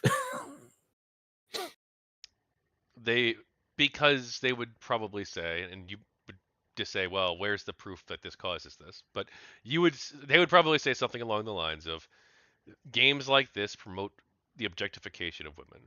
It's very obvious that the vast majority of the people playing the game aren't playing it because they like volleyball. They're playing it because they want to look at sexy women in bikinis and stare at their tits and their crotch and their butts and jiggly physics and whatever else is in the game. And that this probably promotes an unhealthy attitude towards women to some extent. If not for everyone, then perhaps for some small subset of people. Okay, see, then you're actually having an argument about things that you can investigate on a factual basis, right? And I would point to the evidence that this isn't true. And I would probably make the argument that the representation of a thing isn't the thing. So these aren't women; they are pixels on a screen. They are representations of women. They are not women. Um, and so your concern for an entirely fictional being is very sweet, but possibly misplaced. And I think we could have the evidential argument, and I think they would lose on the evidential basis, provided they were willing to listen to reason, of course. They might also argue, too, that even if it doesn't cause people to do bad things in real life, that by being exposed to these ideas, being exposed to the idea of women, fictional women in this case, but women in the video game, being objects for the player's sexual gratification, that this could, to some small extent, let's say, because okay, let me reframe it, in a way that's better, more strong, steel manny. Uh, Human beings take into account stimuli in their environments, right? Mm-hmm. As part of this, they learn things from their environments. You see, there's a forest, there's a road that goes through the forest. There's dead deer on the road that got hit by cars. You've learned Mm-hmm. something about that, right? Yep. Maybe you draw certain conclusions from it. Maybe you think, wow, humans have paved over nature, and that's bad. Maybe you think, well, there's too many deer. We need to start hunting more. You could draw many different conclusions, completely different ones, right? Mm-hmm. And movies, video games probably have like some degree of impact on society or life. Like Star Wars was kind of a big deal, still is decades later, right? Yeah. Have people learned things from Star Wars? Has it informed our politics to some extent, or our lifestyles, or our culture? Probably in provision of metaphors and a common narrative that we can all point to, as people used to with Shakespeare or whatever. But not in the sense of, wow, Emperor Palpatine seemed like a bad person. Maybe dictatorships are bad. Not in that way. I think Star Wars itself is drawing on, older narratives and a certain experience, post World War II. I mean, that's the trouble. None of this stuff exists in a vacuum. So the beach volleyball player is not only exposed to Dead or Alive beach volleyball, they also consume lots of other media with other messages. Feminist media that's got nothing to do with either. They might see a news article about, a repressive Islamic regime where women have to be covered up all the time. We get stuff from everywhere. Even with the road example, maybe you've also driven on other roads. Maybe you've seen geoengineering done, like a dam or something. So maybe not all paving is bad. Maybe we can use our engineering to preserve wetlands or whatever else. Maybe in other places there aren't enough deer, or somewhere you pass by a sign, wolves in this area. Oh, they've released wolves. Maybe they're trying to return the area to nature a bit. None of this stuff exists in a vacuum. Okay, I'm done going hard. We could go this all day, but I'm more probably sympathetic to your argument, um, because here's what I'm sort of struggling with, and perhaps you could help me navigate this. On some level, they're making a claim, and that claim probably does need to be justified through evidence. You probably do need to show that that people playing Dead or Alive beach volleyball has some negative impact. Like you probably if you want to like actually make the claim that it's bad, you probably do have to have studies that indicate that. But at Yeah. the same time, it's not like super far fetched to think that somebody who all they do all day for 90% of the time, right? All they do is they go to work, they come straight home, and they play their big tittied anime simulator. It's not super far fetched to think that they do that every day for 10 years, and they're like so overwhelmed by this amount of very limited life experience that it does perhaps change their perception in some way, right? Okay. It's it's very hard for me to separate from the specific and to try and think about this more generally. So I give up. I will just talk in the specific. Such a person is not going to be a problem for anybody else because they're going to be a shut-in. So that's a less than ideal situation, and it's maybe not good for that individual. But there are going to be a ton of other people who have a healthier relationship with it, who do partake in other games. And frankly, him with his weird attitudes being stuck in his apartment is probably better for civilization at large than him being out and about with those same attitudes. And I would counter that too. Am I supposed to be making arguments for things I believe in? Shit, fuck. For the It's like, aren't I supposed to be like, I'm playing devil's advocate to try and like make it more balanced? Do I really want to like sink my own arguments? Uh, no, fuck it. Well, actually, I feel like it's more honest if I do. It's because it is a conversation. Um, Yeah. but I do think that like the vast majority of people who play like Dead or Alive or whatever the big titty games, um, Hmm.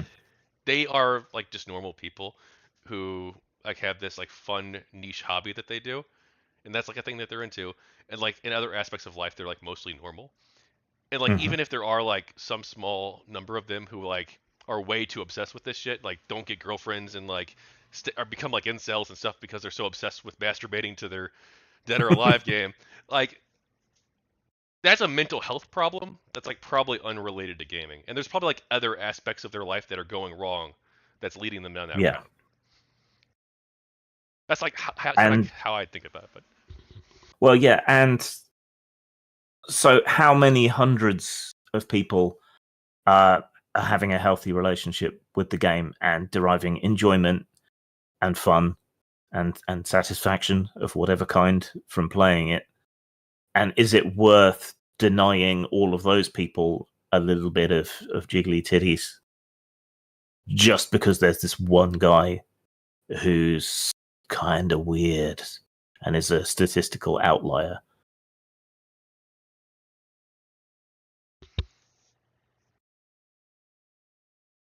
all right, I think we can move beyond that. Okay.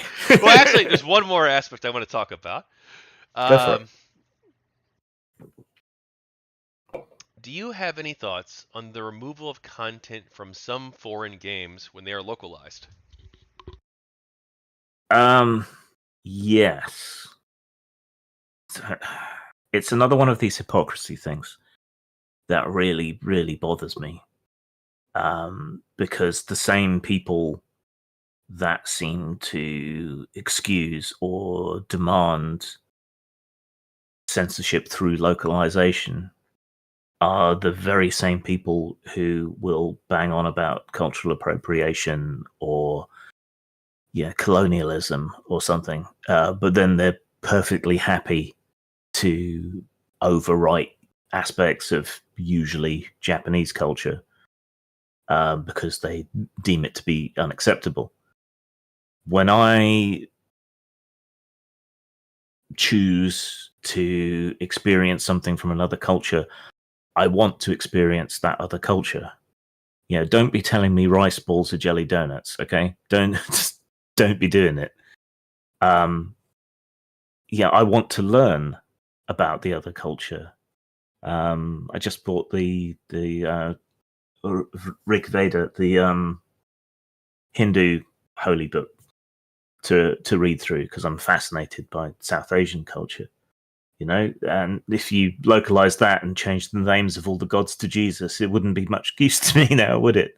And so it goes for other media. I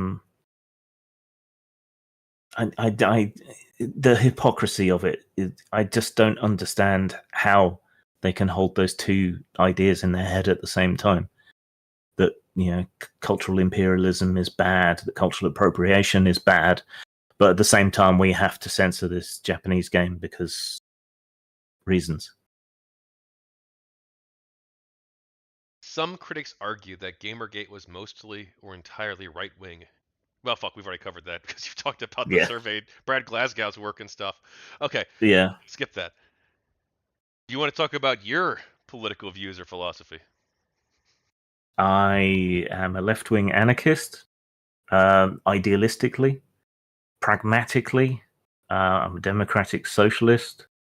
I studied politics and history, so I am burdened by actually knowing what these terms mean, which is a route to madness. Do not recommend. Anarchist? Hmm. In what sense? I believe that it would be best if we made it so that the maximum amount of people had the maximum amount of freedom, and I believe that that's the best course. I also don't think it's currently achievable. I think it would require a highly technological post-scarcity society, something like Ian M. Banks's Culture or a Star Trek future, something like that, for it to be possible. So I view it as an unattainable ideal.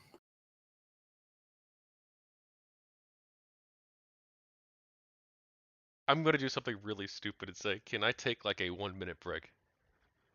Sure. There's a stupid reason for it, okay? Because Okay. I'm not that smart, so that's why. That's the real reason. Okay.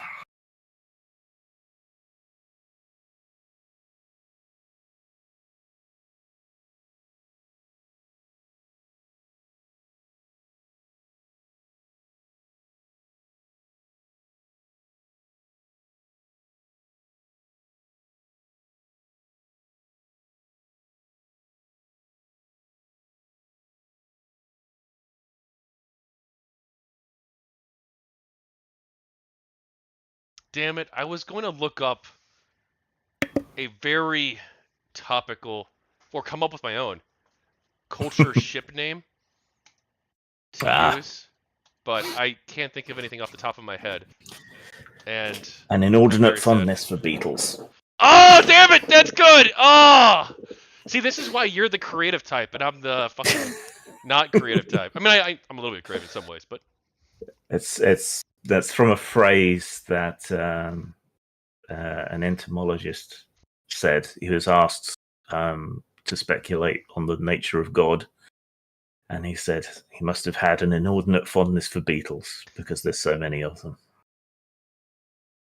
I view the culture or the Federation, but like the culture especially, as being like my ideal society as well. Yeah, the culture is probably closer because it doesn't really have a government per se. It's just everyone kind of goes about doing their own thing. Um, and any kind of order is emergent. And that's kind of closer to the anarchistic ideal. Because it doesn't mean without leaders, it just means you consent and a leader in the moment might emerge and then fade back away, and someone else might take over when it comes to something else. It doesn't mean chaos, and that's important.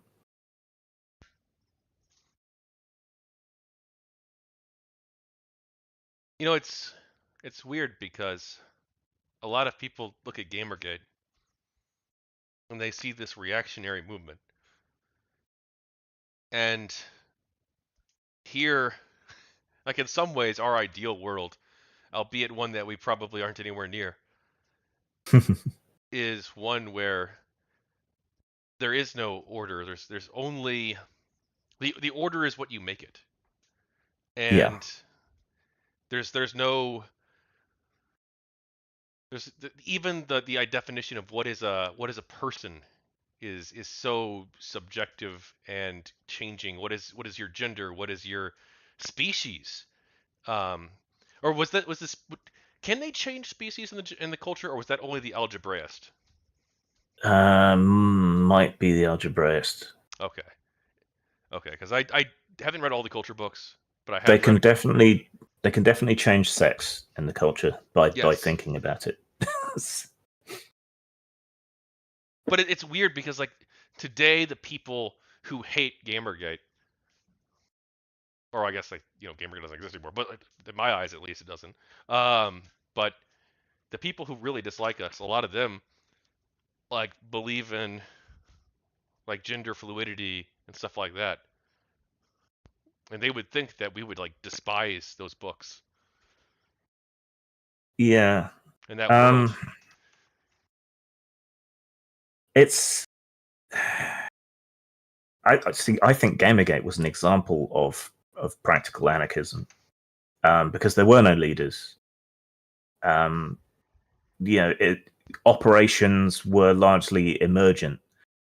Different people would emerge and have a certain amount of influence, and then they would fade away, and someone else would emerge and take over for something else. So, yeah, weirdly, I think Gamergate was somewhat successful case of practical anarchism. It bothers me as a lifelong leftist that a lot of these people, the quote SJWs unquote back in the day, or the or the woke scolds today, whatever you want to call them, they think of themselves as left wing, but they have no class analysis. It's all identity politics. They're in favor of hierarchies, just different ones to the ones we have now. There's nothing left of meaningful left wing philosophy in their movements, and it bakes my noodle.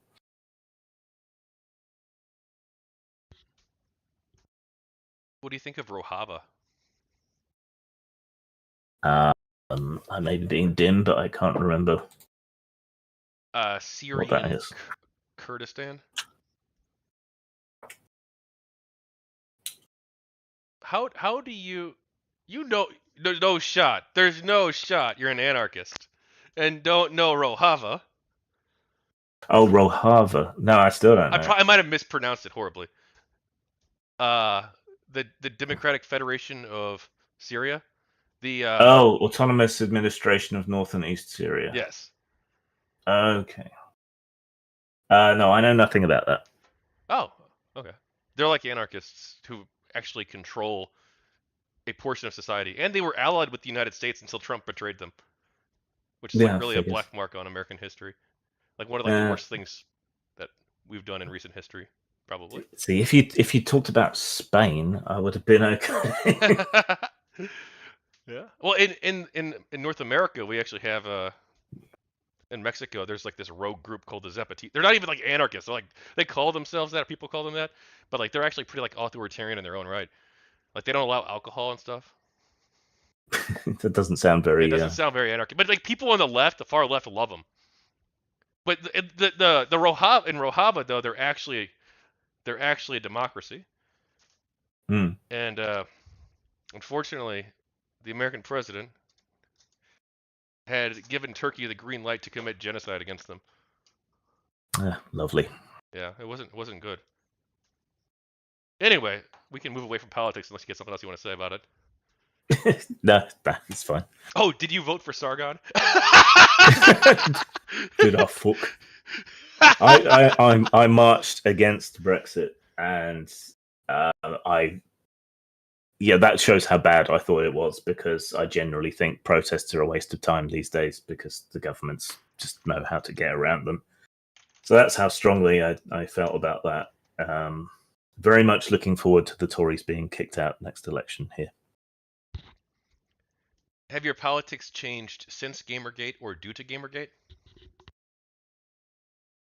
Uh, no, which is quite gratifying in a way, because I did get cut off by a lot of my former associates, and I did get kind of surrounded by more right-wing conservative people as time went on, but my politics haven't changed, so I'm quite proud of that.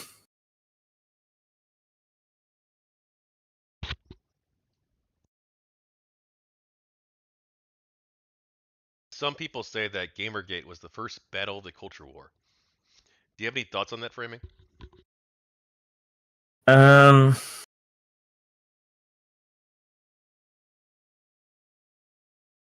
that that's hard because I still see it as part of that longer continuum that goes back probably as long as human civilization has existed. Uh, those kids with their cuneiform. Oh. Um,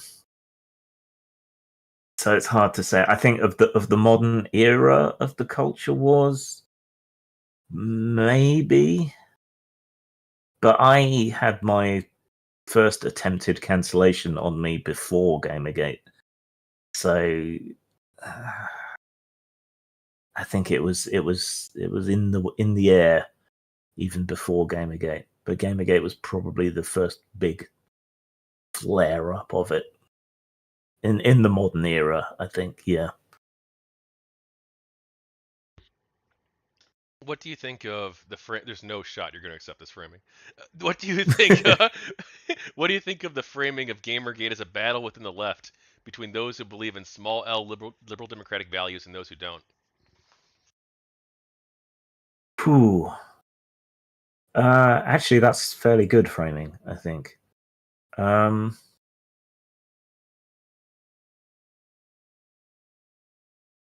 yeah, I think there's a lot of mileage in that. And if I could draw my own kind of comparison, so I think it was before Gamergate or overlapping with it slightly, there was this big split in the atheist community, if such a thing can be said to exist.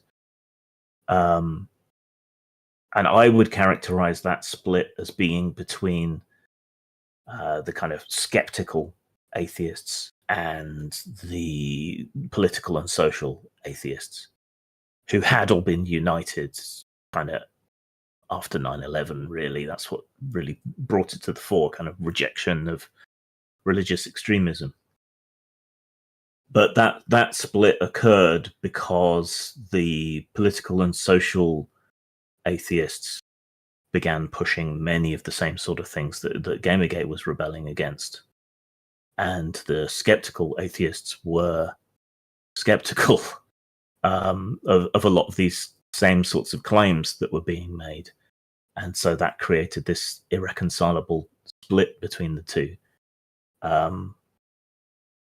Between people who weren't religious because they didn't think the arguments for religion or God were good, and the people who were anti-religious because they associated it with the Christian right and they wanted abortion rights and all the rest of it. They weren't coming at it from a position of skepticism, but almost for political expediency. So I think we have the same thing here. We had the authoritarian left and the libertarian left in a lot of ways going at each other. I think it's a good framing too, but it's not a complete. It's not. It doesn't tell the whole picture. No, not the whole picture, but I think it cuts to the core of it. I'm a little bit. I thought part of me thought you might go along with it, but when you said you were an anarchist, um, Mhm. idealized anarchist, a lot of people who consider themselves anarchists don't view themselves as liberal. I think Small L liberal, I should say. Sorry. yeah, but I still think like American political language has messed up a lot of the terms. So liberal should be associated with libertine, should be associated with freedom. It should be in the sense that, well, no, because Americans have screwed up libertarianism as well. Um, but that's where it should be. It should be that kind of freedom is kind of central to it. That's what liberal should mean. In America, I think because so many of the terms for left wing politics are too dangerous to use, the kind of soft left has gathered around the term liberal, um, and they often have sympathies with the idea of a nanny state or doing things for people's own good, possibly a bit too much. So it's a bit of a misnomer. We're never gonna get off this topic. Is there some use in having order? Yeah, I mean, like I say, anarchism doesn't mean chaos. There's still an order to it, but it is an emergent, voluntary, and consenting order, at least ideally. Cool. Well, hey, dude, we can have an entire conversation about anarchism sometime if you want, but that's probably going to be a separate conversation from the Gamergate book interview. Sure. Did you interact with any anti-Gamergate people? I certainly tried.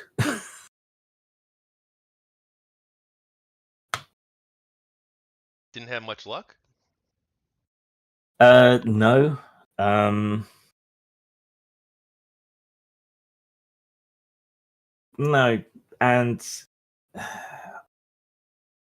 recent run-ins in sort of lead up to this interview, I've been shocked at how their viewpoints haven't moderated at all, or that they don't seem to have thought about what happened or their positions. They're still trotting out exactly the same arguments, whereas I feel personally that I've mellowed a bit, become more nuanced, and I think my arguments are better and stronger and improved now.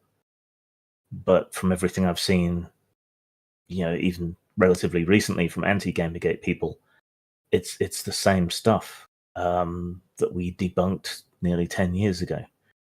There's been no real progress, and certainly nobody who fell out with me over it has apologized or anything. Yeah, I was always open. I always said I was open to discussion more than debate. Debates became very combative and so on. And I've been involved in similar bun fights around tabletop gaming and so on. And it's only very recently I actually got a concession from someone, and they had a quite productive discussion with me. Nothing to do with Gamergate, but a lot of very similar issues are still circulating in the tabletop territory. But we managed to have a very civilized discussion. But I don't see that happening even now with any of the anti-Gamergate people, and that makes me sad. So are you not friends with anyone on the other side? No, not really. For me, it was kind of it was a very difficult time, but you find out who your real friends are in these things. I felt very, very betrayed because my friendship group included people who I had fought side by side with against the Satanic Panic, against the Vampire Panic, against various controls and censorship that's gone on in the tabletop industry in the past. And suddenly they weren't on the same side, even though I saw this as the same fight. Suddenly they were uncritically believing what they were being told by games journalists and mainstream media, sort of riding the wave. And despite quite long friendships and associations in some cases, they were just being completely dismissive of me. So that was very difficult. And frankly, I didn't really want to be around people who wouldn't listen to me and who had suddenly seemed to have changed. Yeah, I felt very personally betrayed by that.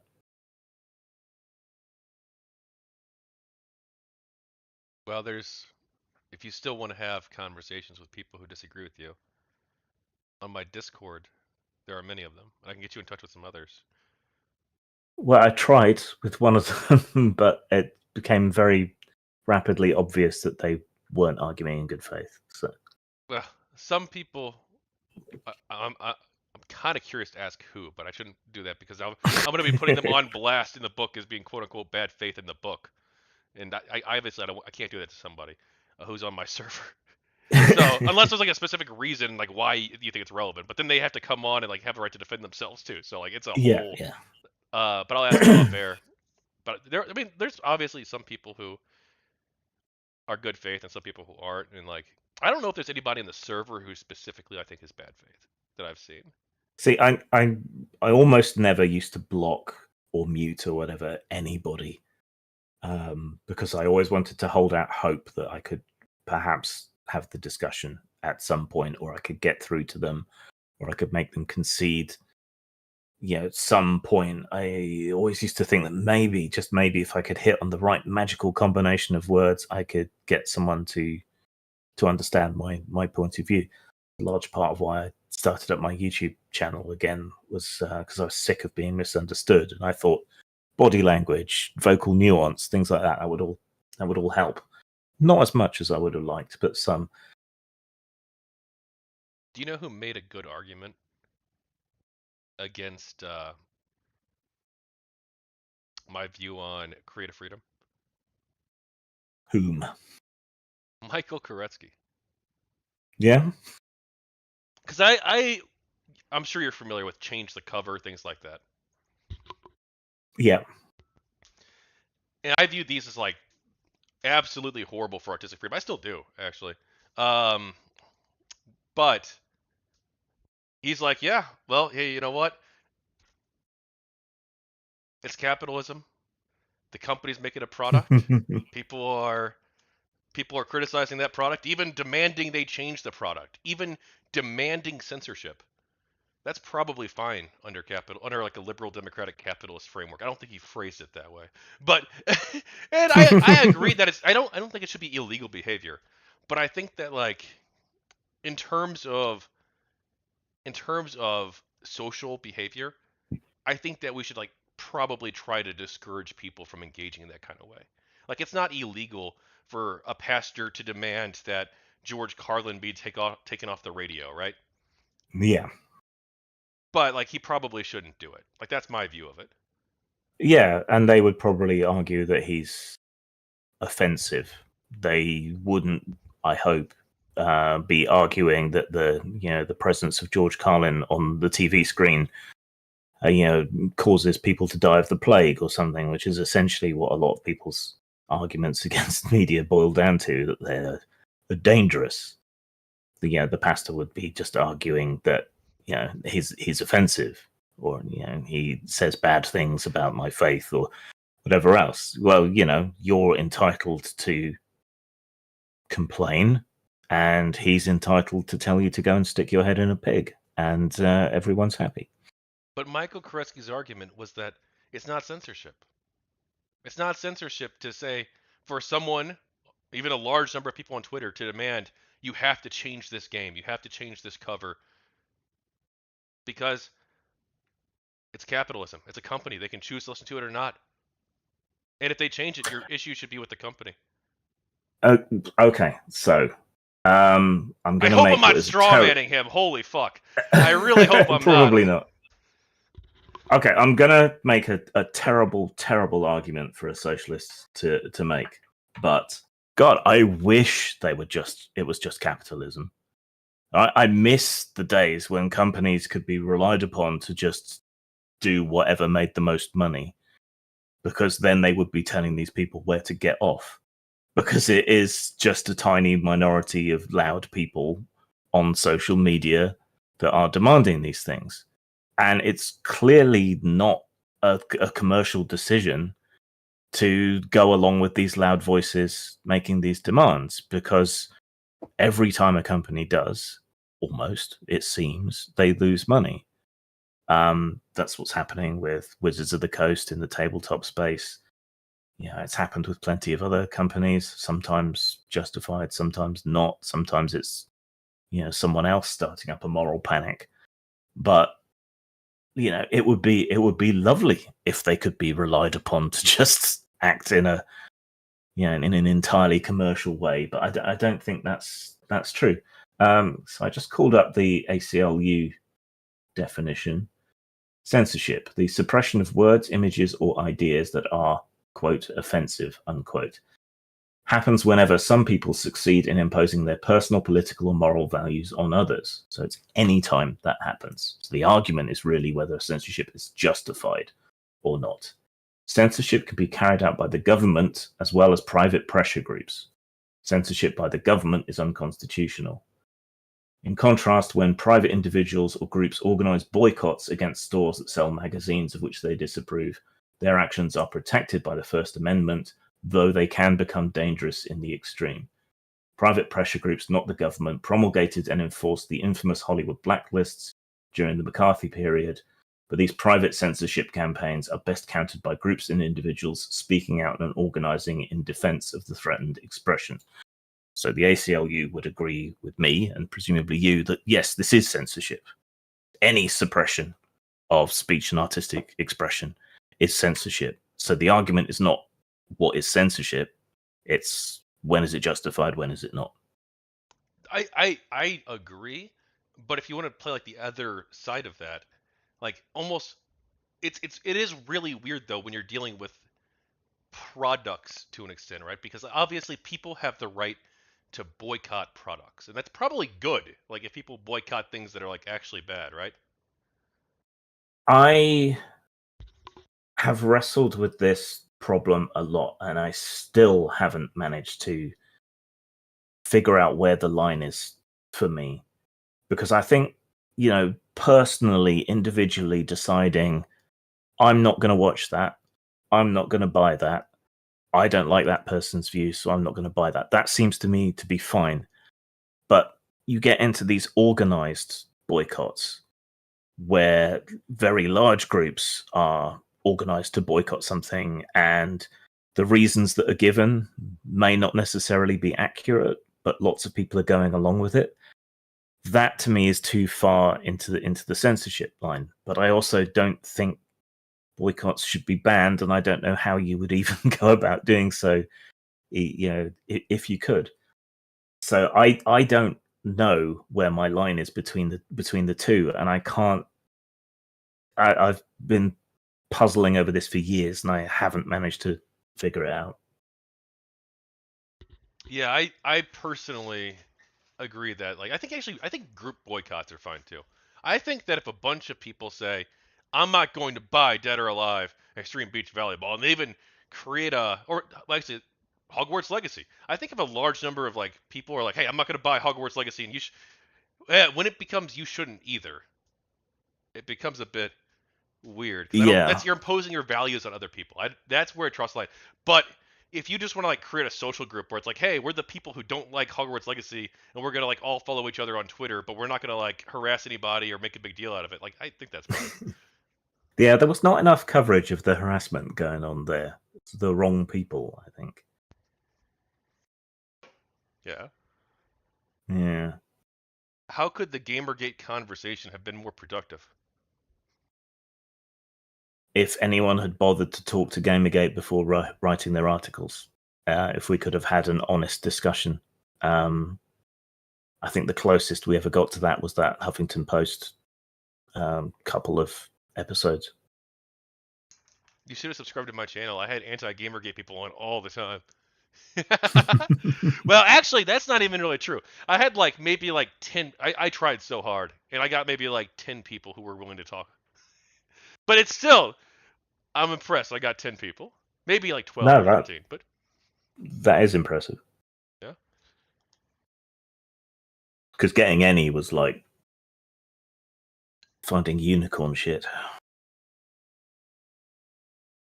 I probably reached out to like over, well, I don't know about over 100, but like probably over like 30 or 40, or like probably over like 50, over like 50 for sure.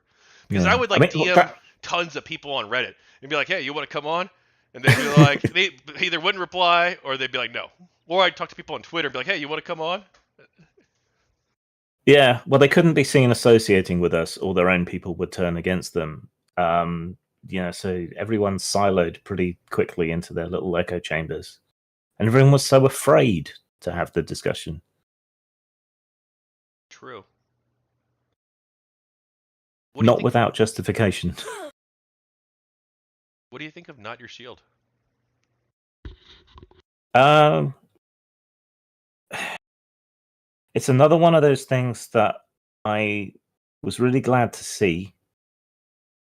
But didn't seem to do any good. And again, that's that kind of hypocrisy that just filled me with rage.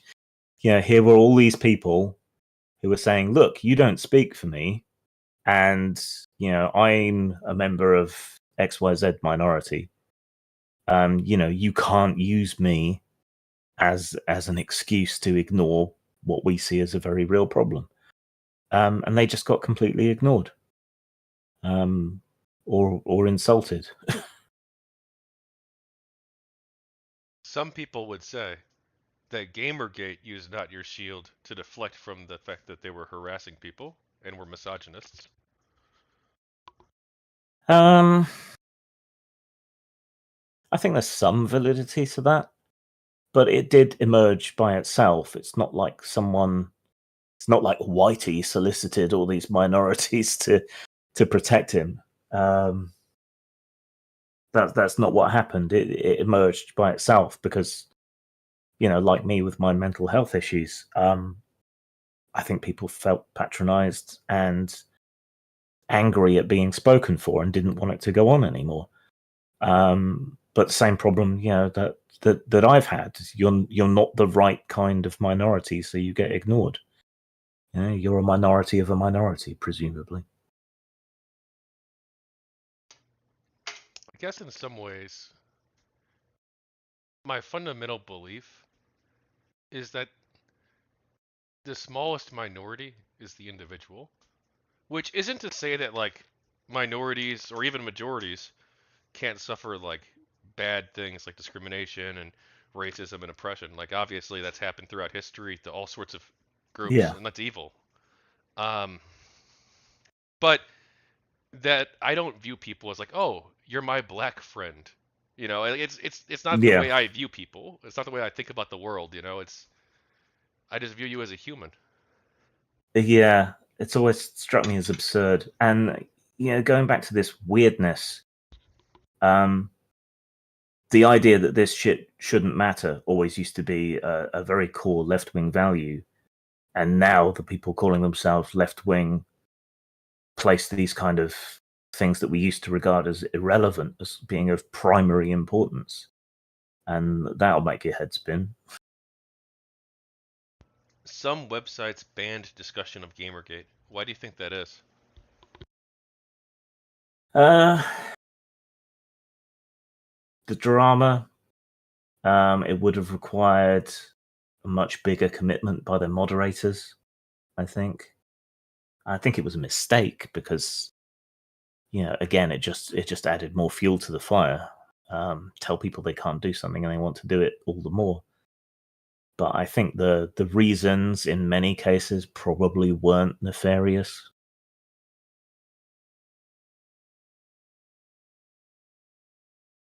Why do you think some people claimed that Gamergate was about harassment or hating women? Uh, Fit a pre-existing narrative. That women were having a hard time in the workplace, particularly in STEM fields. That there was rampant discrimination, that there was all kinds of abuse and stuff going on online. So Gamergate just slotted really neatly into that kind of pre-existing, conceptual spot. I think that's a big part of why the mainstream media made so little effort to understand what was going on. It just, to them, it seemed like part of the same narrative that was ongoing. I'm saying narrative a lot. I need to watch that. What do you think it's wrong to say narrative? It's become a bit of a thought terminating cliche. So has the So phrase I'm thought just terminating cliche. well, yeah. I'm just aware that saying narrative turns a lot of people off because it's another one of these terms that gets misused.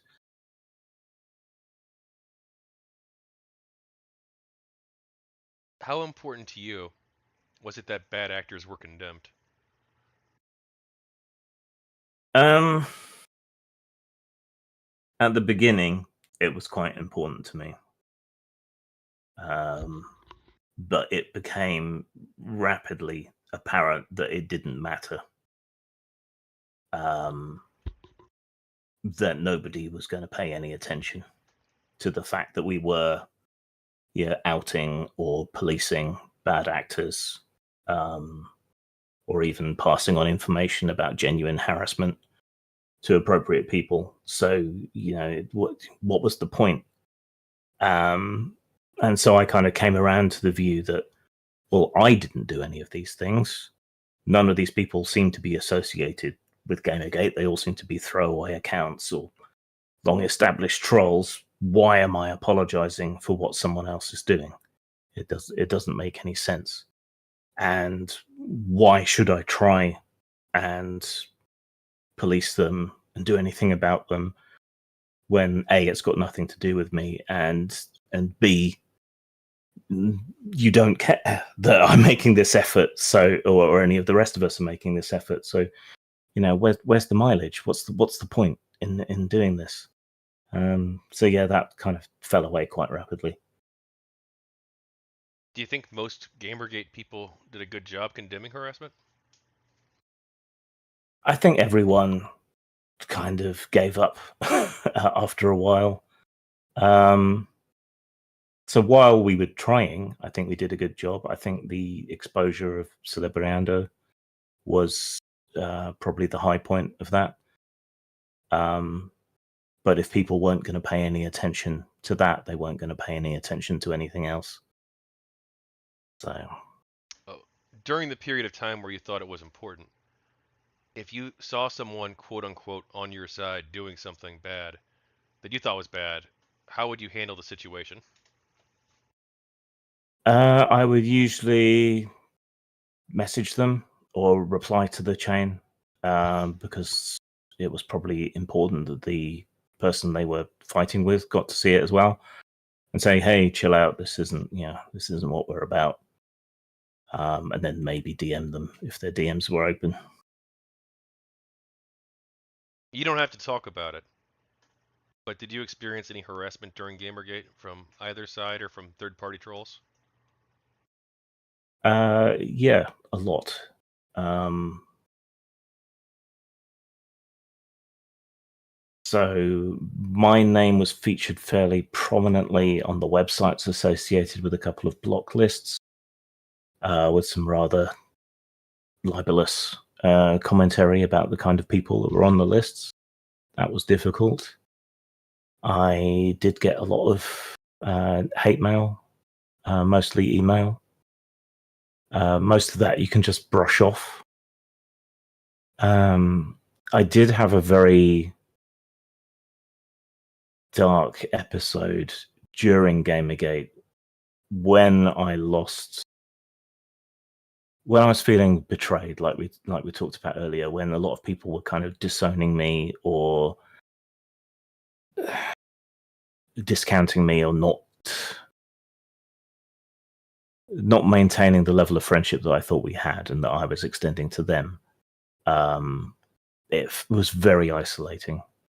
I've had clinical depression since 2007. 3 suicide attempts between 2007 and today, and one of those was a result of that sense of being betrayed. And it was Gamergate people that rallied around and made sure I was okay and had the police do a wellness check and so on. And it's fairly likely I wouldn't be around today if I hadn't done that. But once it got out that this had happened, I got a razor blade sent to me through the physical post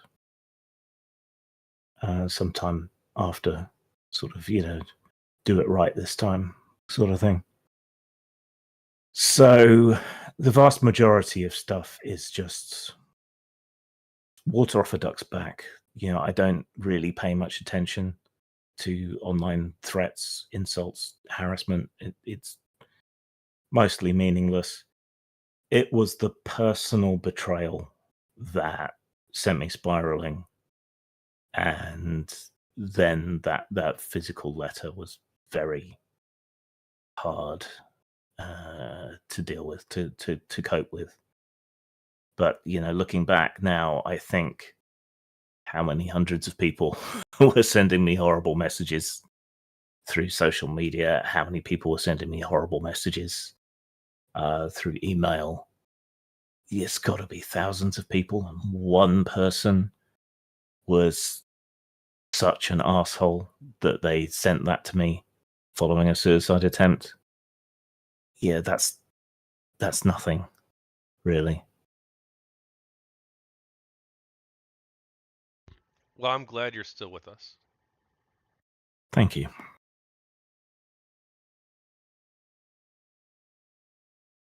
I think it's important to talk about this stuff openly. There's a lot of activism that is bullshit, but I think lifting the stigma on mental health issues, particularly suicide, particularly male suicide, I think is really important. So I appreciate the opportunity to talk about it. Yeah, I mean, I've not been anything through anything like that, but I have experienced depression, or what I thought was depression, for a period of time, and had suicidal thoughts. And I thankfully, my friends were there, and my family, and I got through it. So just everybody, just if you're going through this now, there's hope for you, and don't Yeah, don't do anything you I don't. think the one piece of advice I would give anyone who's going through it is just hold on and keep going, because especially if you've been through it before, you know that it passes eventually. You just got to grit your teeth and hold on.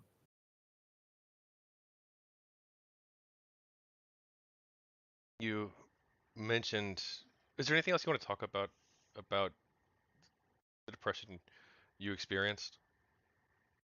Um, just it still bothers me, the sense of betrayal. That is the thing that really got to me. My depression is clinical and chronic, so it happens for no reason sometimes. But yeah, there was very definitely a trigger, and it was that it was the sense of betrayal, and I think that was a more intense version of what a lot of people were feeling. You know, that facts should matter, that the games media had rallied against people like Jack Thompson in the past. And why weren't they doing it now? You know, what was different? It was like having the rug pulled out from under you. So I think I was just feeling a more intense and personal version of what a lot of people were going through. You talked earlier about how you think your support for Gamergate harmed your career. Yeah.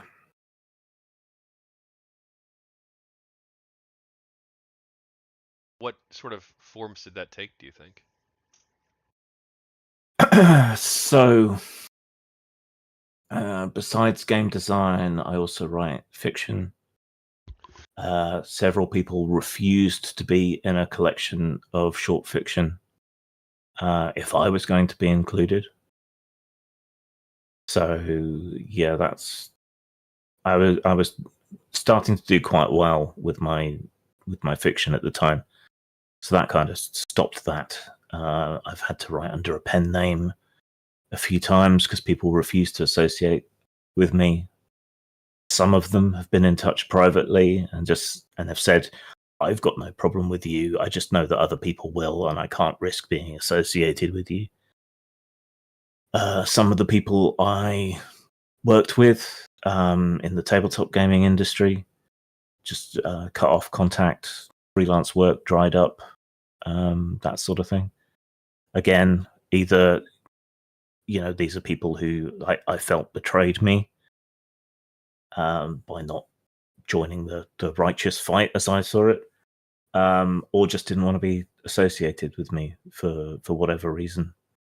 And once people have cut off contact, your legend can take on a life of its own and become more and more absurd and more removed from who you genuinely are.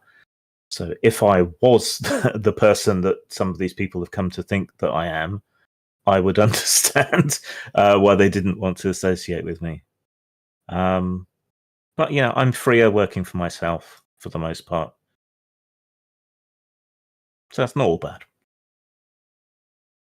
Why do you think the media didn't cover harassment like you received? Um, it didn't fit the story. Two sides wasn't a good way to talk about this. Nuance is something that has disappeared from our media to a large extent. I think there's no energy to consider complex topics from multiple positions.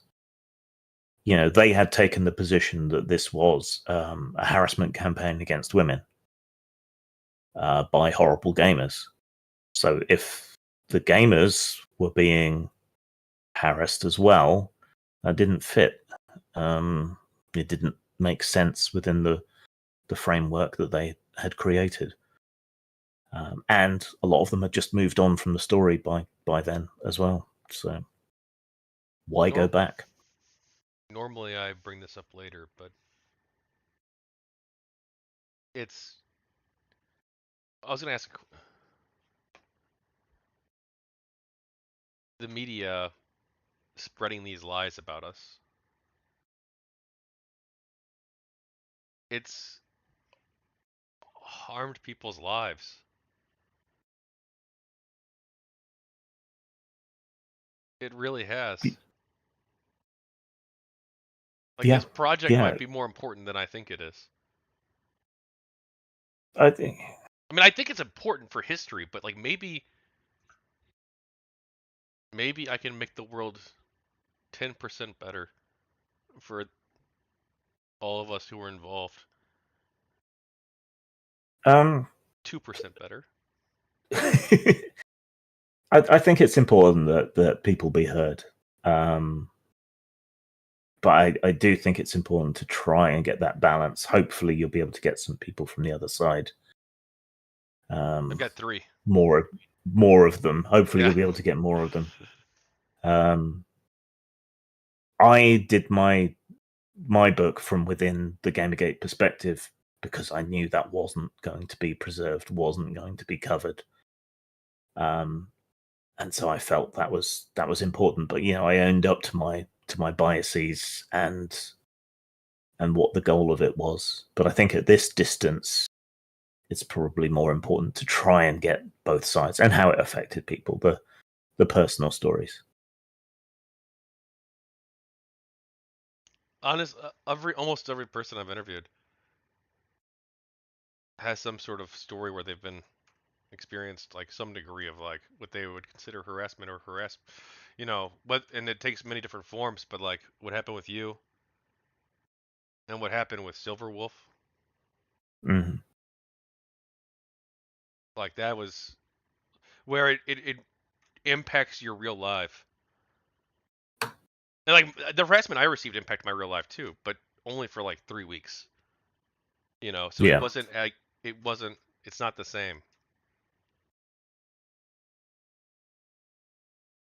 I mean, so I had an issue before Gamergate. I wrote a blog article with a terrible title, which was "In Defense of Rape."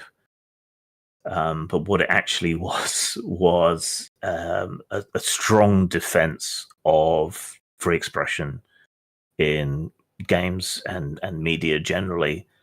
That an author should be free to include bad things happening in the fiction that they create, and that this doesn't necessarily mean anything about that author.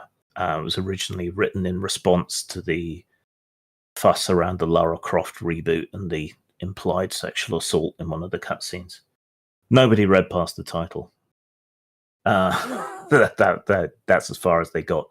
It was meant to be a series of articles, but I think I only ever ended up writing 2 of them. This was before Gamergate, and people stood by my side during that.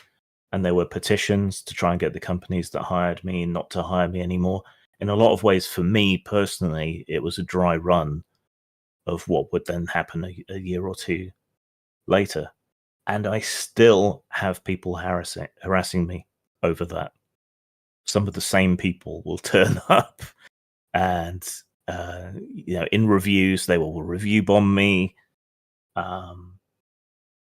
They will warn people off working with me. Yeah, and this has been going on over a decade now. Some of these people, man, they're committed.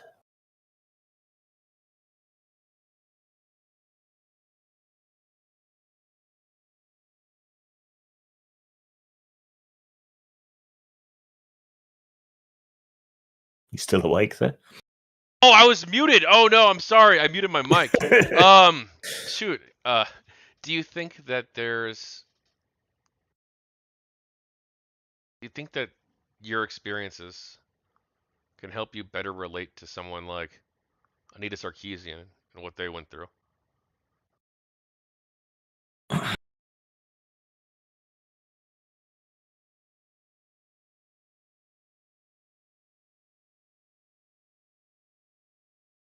I don't know that she ever had anything turn up at her address. I know that the various threats and so on towards her were investigated and found to not have anything to really be worried about. I think when I took contrarian public positions, I expected there to be blowback. Not necessarily as vicious as it was or has been. I find it very difficult to have sympathy for her because I think she should have known what she was getting into, and I think she should have put more effort into her analysis. It felt like she didn't really know anything about the games that she was examining a lot of the time. And it's like that cartoon meme, with someone shoveling opinions over the wall, and then a whole bunch of opinions come back the other way. You've got to expect that to a degree, surely. I think my old school experience of the internet probably set me up to cope better than she did.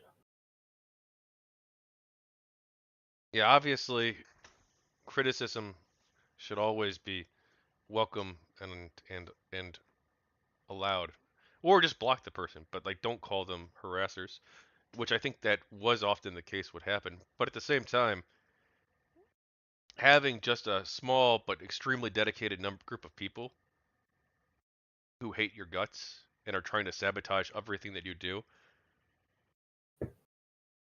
whether they are GamerGate people, a small set of rogue GamerGate people, or trolls, or anybody, if you have like 2 dozen people who hate your guts, they could probably fuck up your life in some pretty serious ways. Yeah. Okay, here's the way in which I can. If they're dedicated, I should say. If they're dedicated. Yeah. Here's the way I can empathize with her, right? So she would put out a video, and probably hundreds of people would create critiques, replies, debunkings, whatever, of those videos. When you're the one person at the other end, that can certainly feel like harassment because it just seems like a torrent of disagreement and hatred coming in your direction. It's not really, because these are all individual people reacting to something that you've done, but it can certainly feel like it. And that's something I have to watch for in the way I react to things. Is this harassment, or does it just feel like it because a bunch of people disagree with me? Yeah, and I was one of those people who criticized her. Well,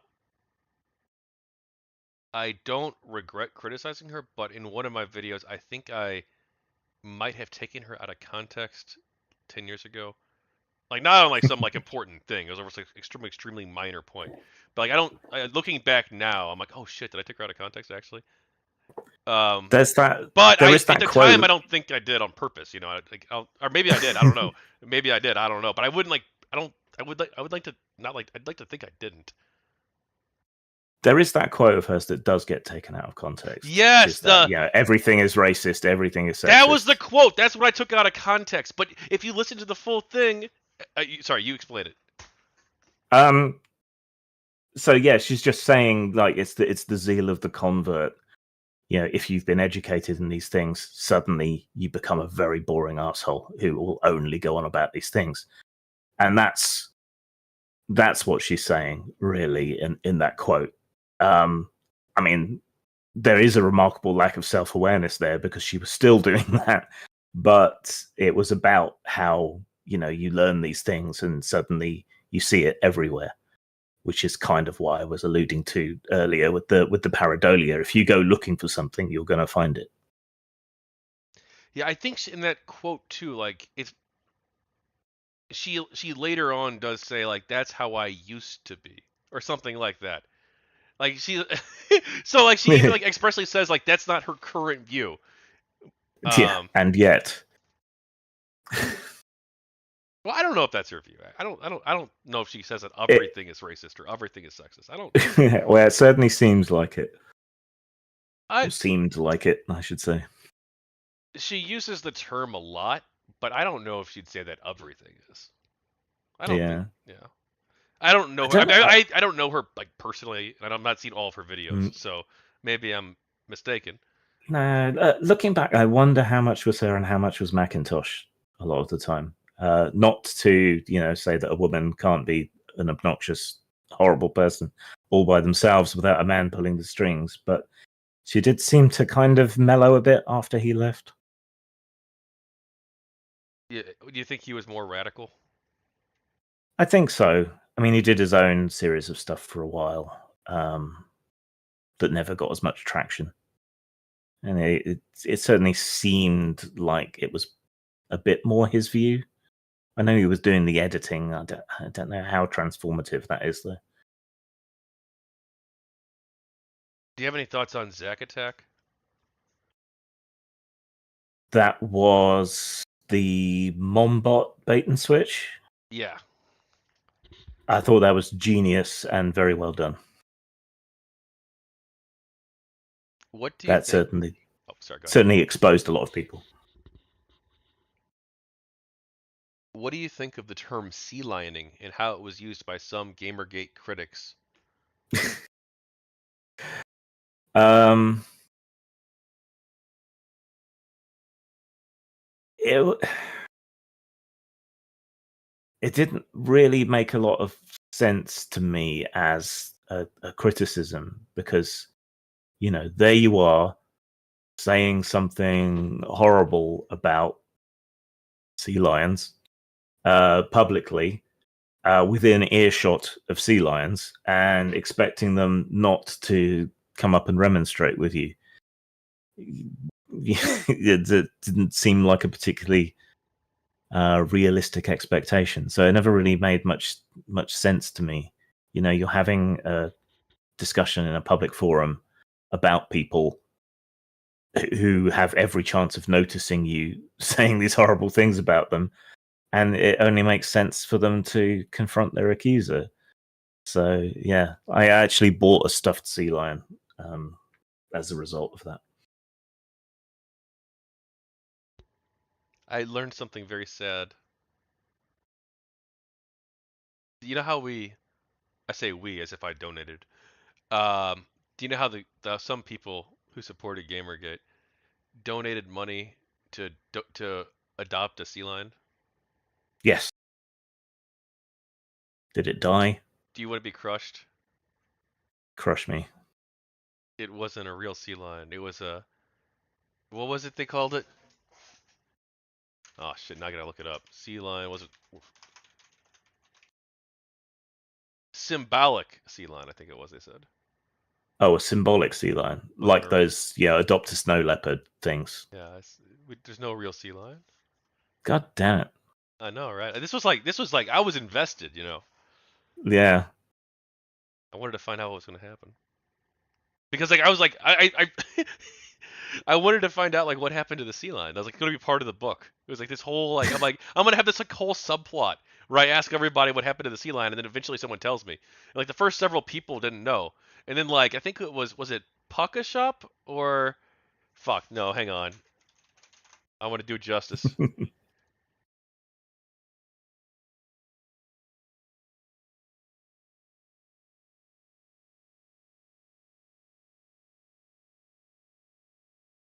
So I think it was Pucka Shop. So Mhm. the one, two, three, four. The fourth person I interviewed. Fuck, I'm sorry for somebody else. I'm so sorry. Just for the book, we'll say someone I interviewed previously. Um, looked it up and was like, "Oh no, it's a symbolic sea lion." It was devastating. Damn it. Yeah, A lot of good charity stuff got done there. true, true.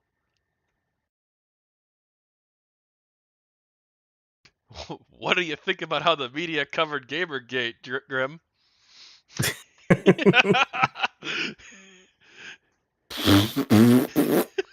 Badly.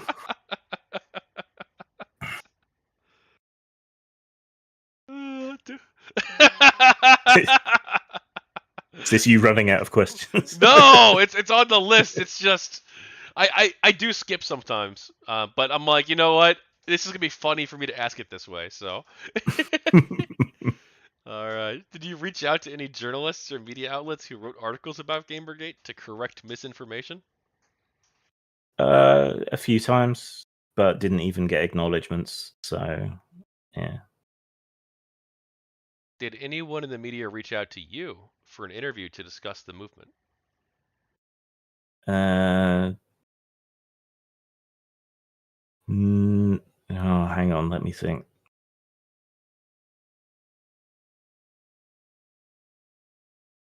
Al Jazeera, which I'd been on once previously, tentatively reached out, but then nothing came of it. Oh, I do have an update. It's sort of a minor correction, but I may have misremembered. I'm not sure. This is for the book. I'm sorry, Crib. But I may have misremembered when I said that a college journalist reached out to me. He might have worked for the Michigan Daily, Jacob Rich, unless that was a separate journalist who I talked to, which is possible. And I guess I did talk with Anna Valens of the Daily Dot, though I don't. It wasn't for an article or anything. We just talked, I think, separate, just off air. I mean, on air, but separate conversation, just a dialogue, not really an interview or anything like that. Yeah, No. Anyway, I'm sorry to cuck your story, Jim Grim. that's fine. There I'll just wasn't call you much to James, it. okay? I can't. I'll just call you James. Pick one. Why do you think so? We can skip that. You talked earlier about the trust in media cratering because of Gamergate. Not because of Gamergate, because of the media, really. Yeah. Well, how do we rebuild that trust? And because is it important that we have trust in media in a society? And if so, what do we do? Uh, it's more important that we have trustworthy media than that we trust our media, if you get what I mean. I mean, trusting an untrustworthy media would be bad, very bad. Um, there are no easy answers, and I don't see any way in which the media ecosystem is set up to regain trust at the moment. Because what it will take to regain trust is honest, accurate, hard work reporting, without compromising on ethics and practices and standards at all, for a protracted period of time in order to rebuild that trust. And I don't see that happening because there's not much money in news anymore. The boomers are dying off, so Fox's days are numbered, probably. Not that they were ever going to be fair and impartial at any point, anyway. But everyone else seems to have tried to follow that Fox or Gorka or whatever model of just being controversial, and telling people what they want to hear inside different demographics.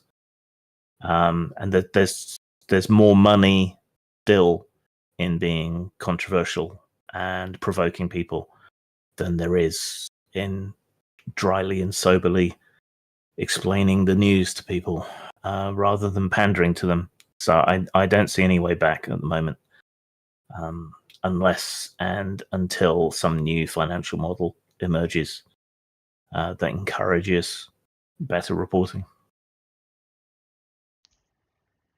If a journalist who got Gamergate wrong, in your view, is reading this now, what do you want them to personally reconsider? Almost none of you reached out to anybody who was involved. I appreciate that was difficult because there were no leaders, but other reporters managed it with similar leaderless movements like Occupy, like BLM. I don't know why you didn't make the effort on this one, but should something like this happen again, make sure you talk to everybody involved or representatives of everybody involved and create a fair and balanced account. Don't rely on Drunky McGee telling you what to think.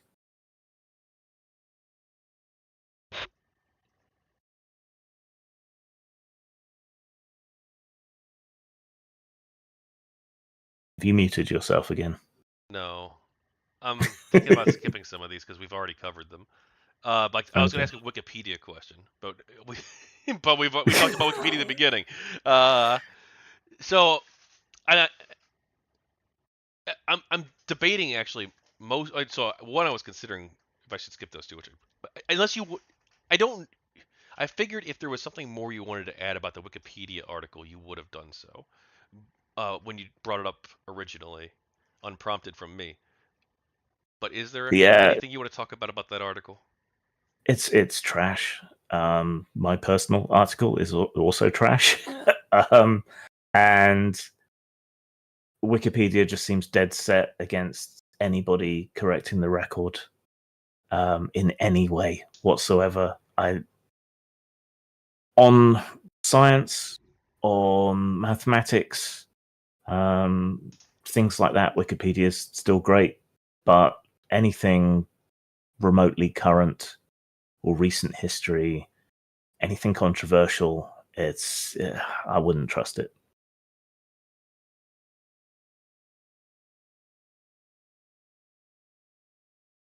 This this conscious experience we're all having. I think that's the most important thing.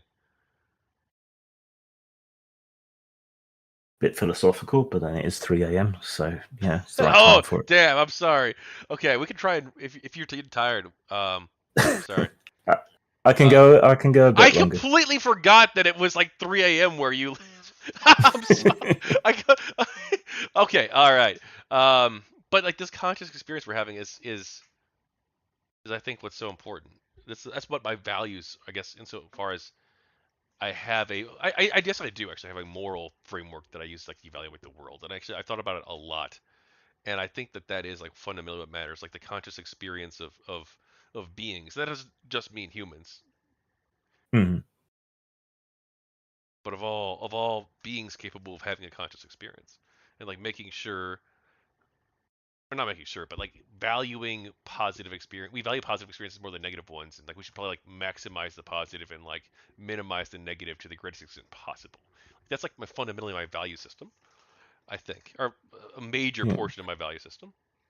I think even negative experiences have value. True, I Right? agree. Most of the universe is empty space. A tiny minority of the universe is matter. A tiny minority of that matter is like stars and planets and things that we can relate to. A tiny minority of that matter is what we would call alive, and a tiny minority of that living matter is conscious in any meaningful sense, and a tiny fraction of that is us. So we are immensely privileged to have any experiences whatsoever. Yeah, true. I actually do think that negative experiences are extremely important towards building character and resilience in people and helping them learn from mistakes. But I also think that like the worst forms of suffering, where there's no value to it, or where it seems like the value proposition of, like, let's say it were the case that if we torture large numbers of people, that like some number of them would be better off for it, and like if we were able to like find out with 100% accuracy which people would be better off having gone through massive amounts of torture that we would deliberately inflict it upon those people just so that they would have a better like end result. I Kind of an still, extreme example. well, I know, but like no, I don't know if it's that extreme, because like I think that there are types of suffering that are good and useful and types that aren't.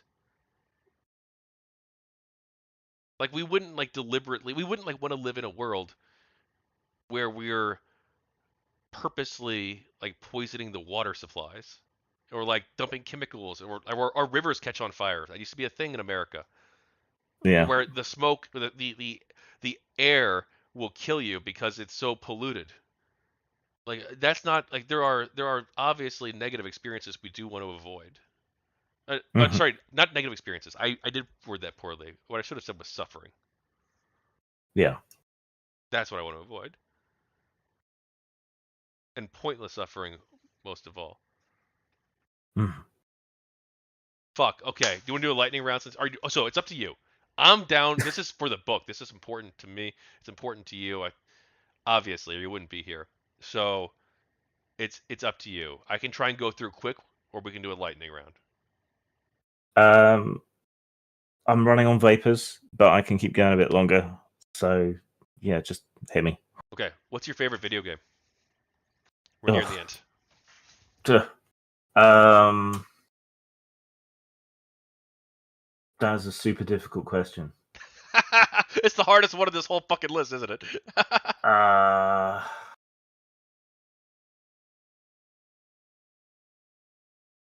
God damn. Um,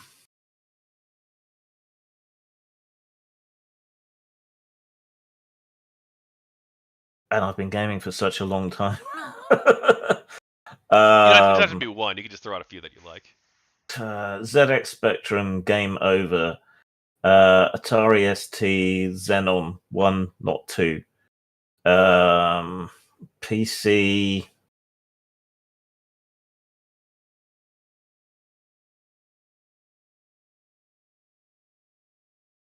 I have no idea. Probably one of the old SSI RPGs. The D&D tie-ins that they did. I used to play the hell out of those. Console, Front Mission, or I'm really enjoying Cyberpunk. But what about your favorite tabletop RPG? No. If you want to answer it, you can. I was like fucking with you as a joke, but it woke you up. Did I not? Yeah, Okay. Cyberpunk 2020 or Vampire the Masquerade Second Edition. Okay. And by the way, I'm thinking about getting one of your RPGs. I'm seeing what my dungeon master and my group think, but my group are very indecisive and very slow to reply when it Cool. comes Well, to making decisions like this. hit me up whenever or browse my content Oh, I at have been actually. post-mort.com. That's not going in the book. The link. Actually, you know Damn what? it. Fuck it. I can put the. No, fuck you. Fuck you. No, everyone's gonna do that. I'm so bad at advertising But myself. you can keep it in the video as long as unless you get my video taken down because you use that word. I'm not sure what YouTube feels about that. I'll have to I look think it you'll up. be fine. All right. Did you attend a GamerGate meetup? I attended one in Birmingham. Alabama? Oh no! No, Fuck. There's here a in the UK. UK. I'm sorry. Yeah. Birmingham? That's such a American thing. Yeah. Oh Jesus. London. What? Ontario? Yeah. Oh my gosh. Wow. Yeah. Do you get that a lot? Um, quite a lot. I think it's our own fault for colonizing America and being really lazy on naming things. So you talked about how you built friendships from this, and you've met some amazing people. Yeah, definitely. Do you want to talk about that some more? You could either you don't have to name names if you don't want to. It's up to you. Yeah, I don't want to shout out anyone specifically because people will feel left out.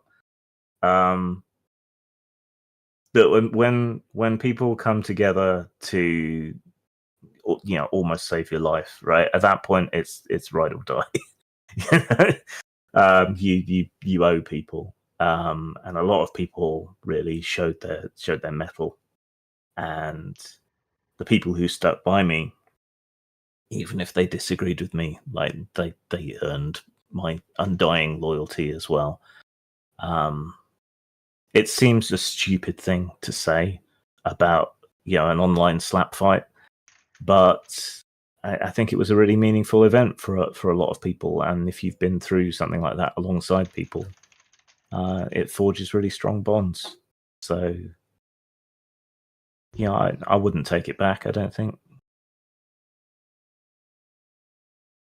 That's awesome. That it's all about the people, I guess. It is. I mean, Yes. that's So what it's people. Oh, God. yeah, that's so many connections made. All the interfollowing of each other and so on. It really built multiple communities, I suppose.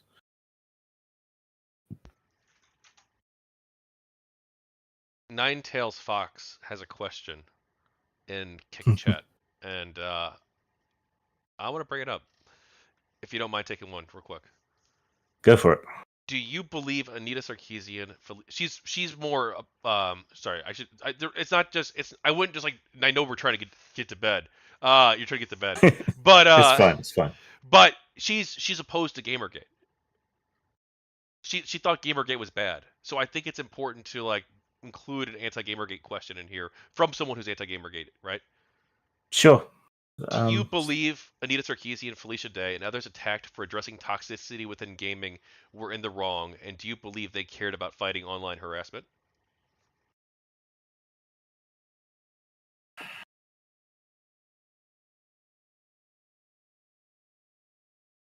I want to give this proper thought, since it was an important enough question for them to ask.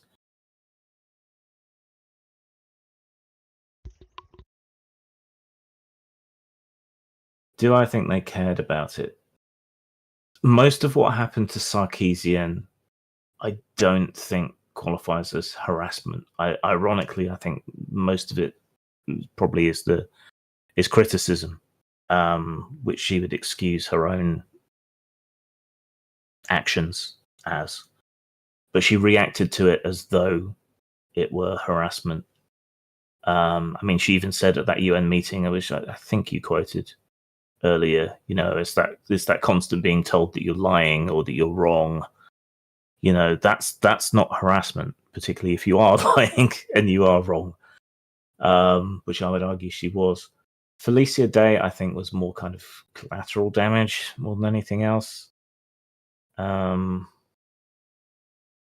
I think when you're a public figure, you get things disproportionately compared to other people.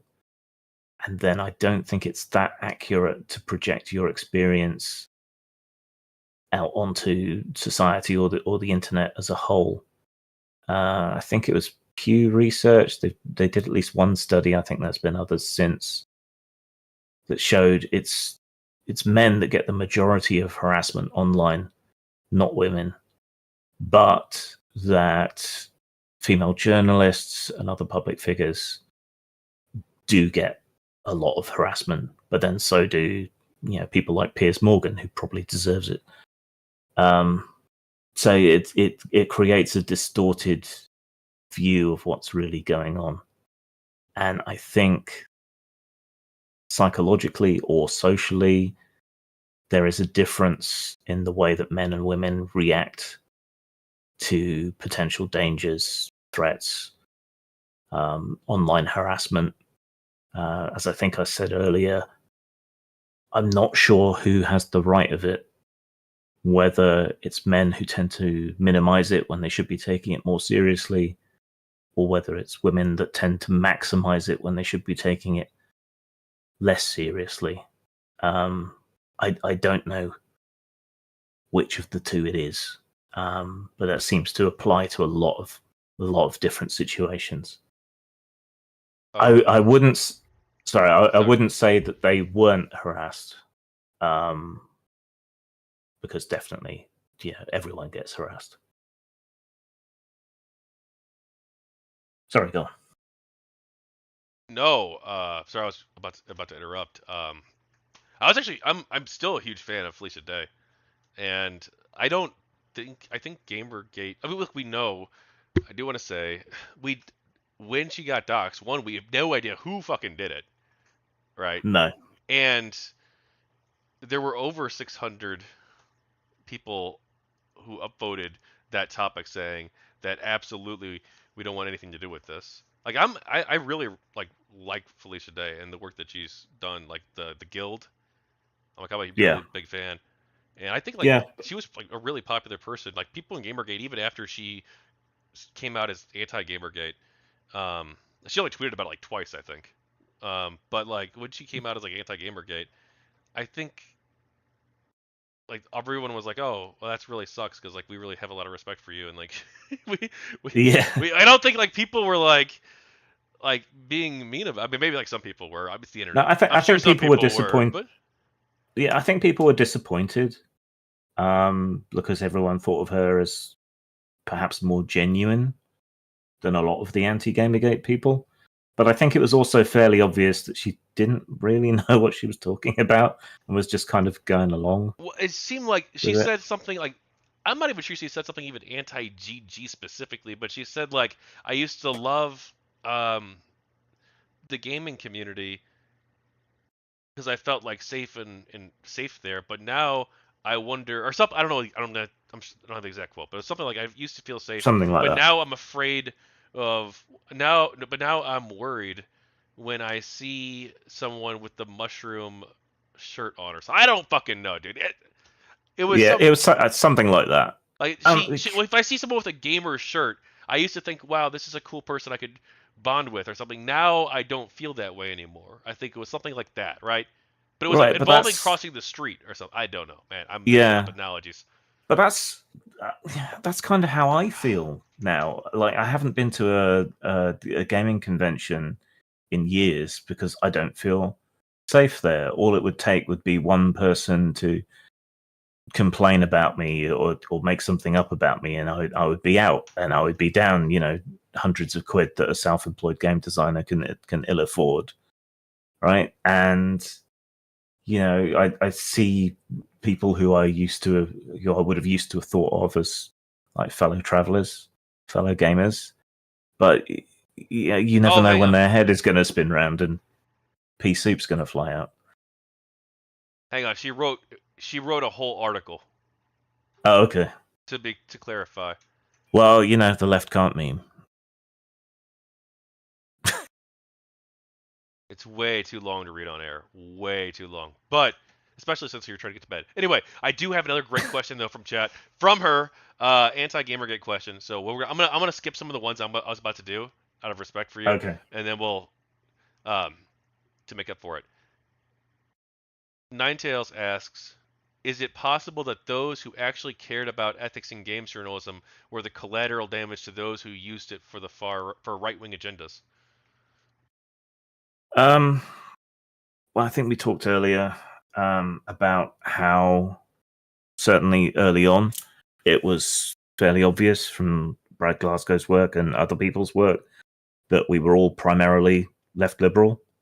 And when you understand like sort of free expression and the necessity of an ethical and accurate media from a left wing perspective, um, that makes perfect sense.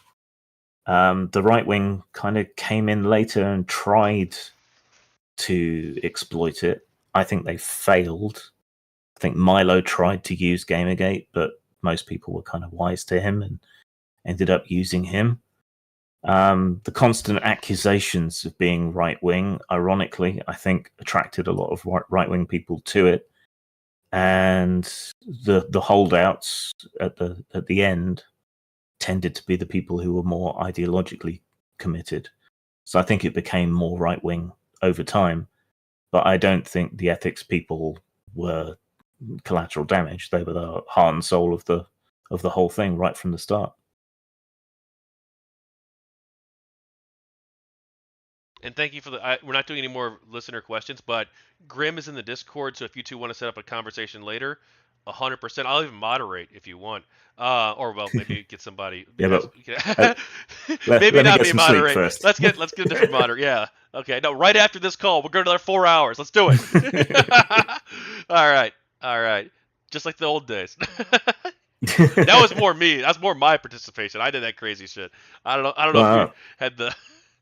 I used to, until quite recently, I was staying up till 5 a.m. on the regular, running D&D games for porn stars. So, all right. Oh, any thoughts on Vivian James? iconic design, brilliant, loved it. What was your favorite moment during GamerGate?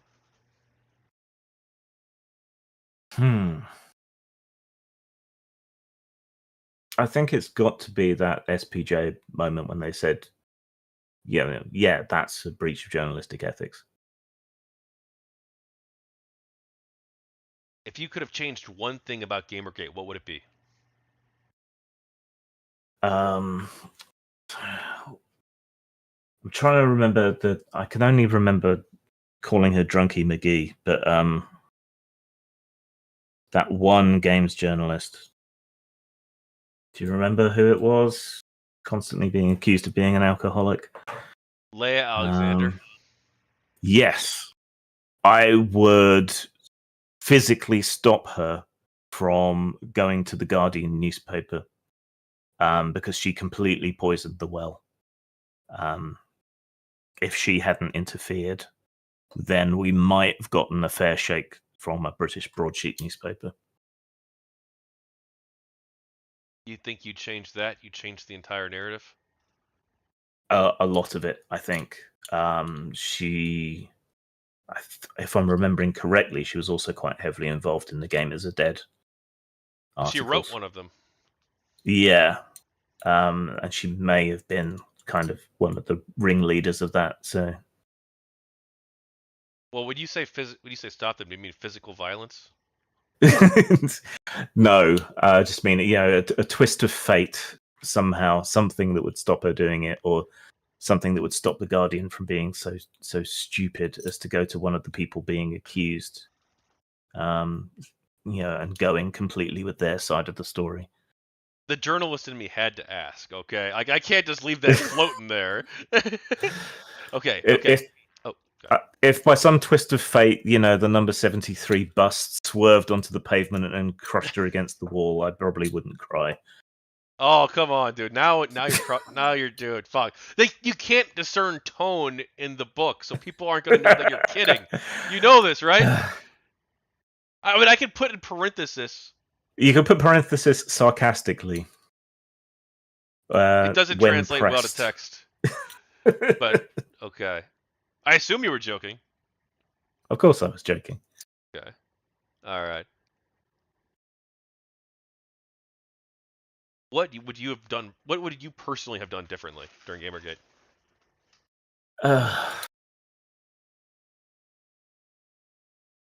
I don't know.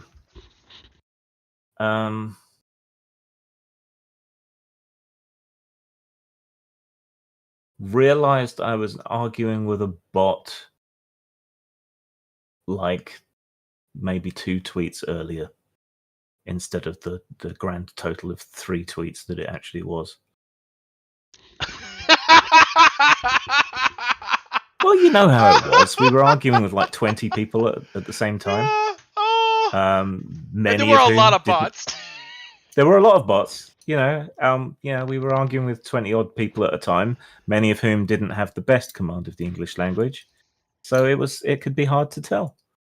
What kind of asshole creates a bot to just spam trash into the Gamergate hashtag anyway? Oh, Randy Harper. That's the kind of asshole. Dude, I don't know. Was it her? Was it? Oh wait, did she talk? It was her. But I don't think it was just her. There were so many fucking bots. There's probably tons Oh, of people who there did it. were. Also, But hers is allegedly Randy Harper. I don't know the story. I No, have it no was idea her. if this is She true. admitted it. Bring me a source, and I'll bring me a source. But I still have to You put expect me allegedly. to? No, not now, not now. But like 2 days, like text me tomorrow or whatever. I don't think the tweets exist anymore because my old account got banned. So you know how we were. There's probably like 30 archives floating around. probably. All But yeah, right. that was it. Apparently, this was a big deal and very funny to everybody.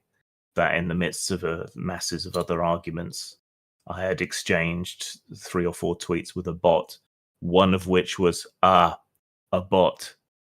So I've got 5 questions I want to do, but I told you I'd skip some. I've only skipped. well, I've skipped I probably skipped like 10 total, probably altogether, but or 15 maybe. But if you got five's fine. Just okay. let's go through them. Let's say it's 10 years from now, and an online movement is looking to GamerGate, VLM, Occupy Wall Street for guidance for their movement. What advice do you have for them?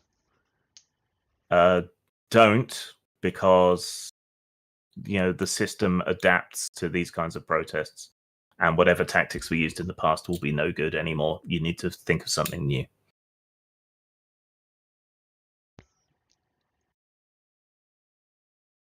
Was GamerGate successful in your eyes? It was a mixed bag. I think we drove a lot of positive change. Some sites began actually enforcing their ethics rules. We raised a lot of money for charity.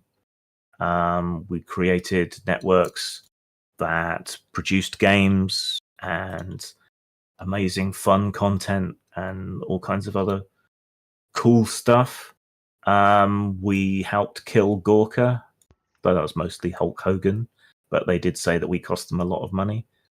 I think overall we did a lot of positive good, but nobody will ever acknowledge it or admit they were wrong about us. So we'll just have to live with it. Maybe the historians. Maybe. What have you personally learned from GamerGate? Who my friends are. What do you think of this interview project? I think your book is going to be the size of 10 telephone directories, given the length of these interviews. Some of them have gone. But what has gone 6 hours so far?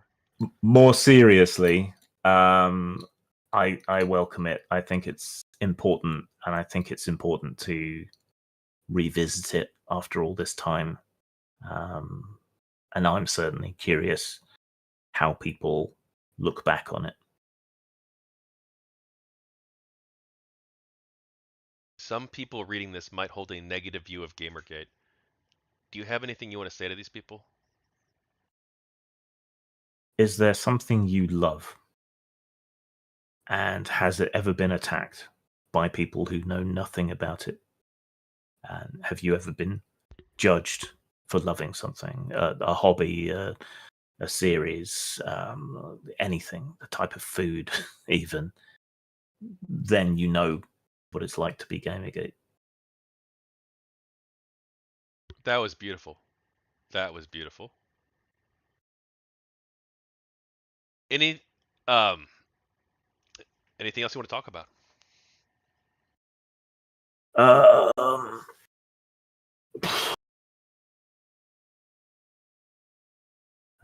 Nothing related exactly. I'd like to raise awareness of what has happened to Mercedes Carrera, who was involved in Gamergate. Her and her husband were arrested about, it must be 5 years ago now, on what seem to be somewhat spurious accusations, though they might not be. Some of the charges have been dropped, but they haven't even had their pre-trial hearing yet. So they've been in jail for 5 years ish, I think, without any progress on their legal case whatsoever. And that seems to me to be a travesty, whether or not they turn out to be guilty or not in the end. So I would encourage people to look into that story.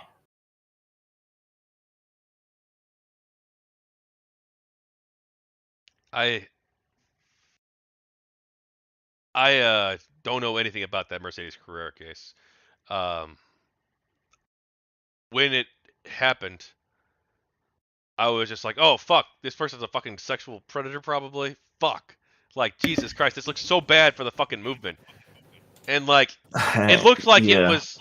From what I saw, it looked like it was legit. But I didn't look So, into it. I didn't. I saw some articles. That's all I saw. I didn't like do like. But I don't know anything about it. But so I don't. Fuck, dude. Send me whatever thing. Not to now. Not now. But whenever you get free time, you're welcome to send it. Or I'll look into it. okay, they were arrested on February the 1st, 2019. So it has been well over 4.5 years that they have been held. Now, whether they turn out to be guilty or not, that is not a speedy trial, even accounting for COVID or anything. And I think people don't touch it or talk about it because the accusations are so rough. But it's all tangled up with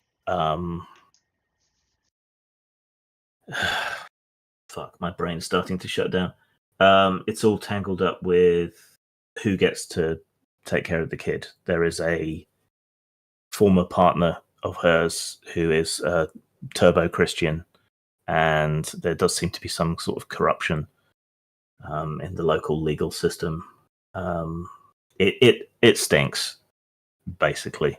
There's reason to be suspicious, especially with them being held for so long. But yeah, I encourage people to look it up.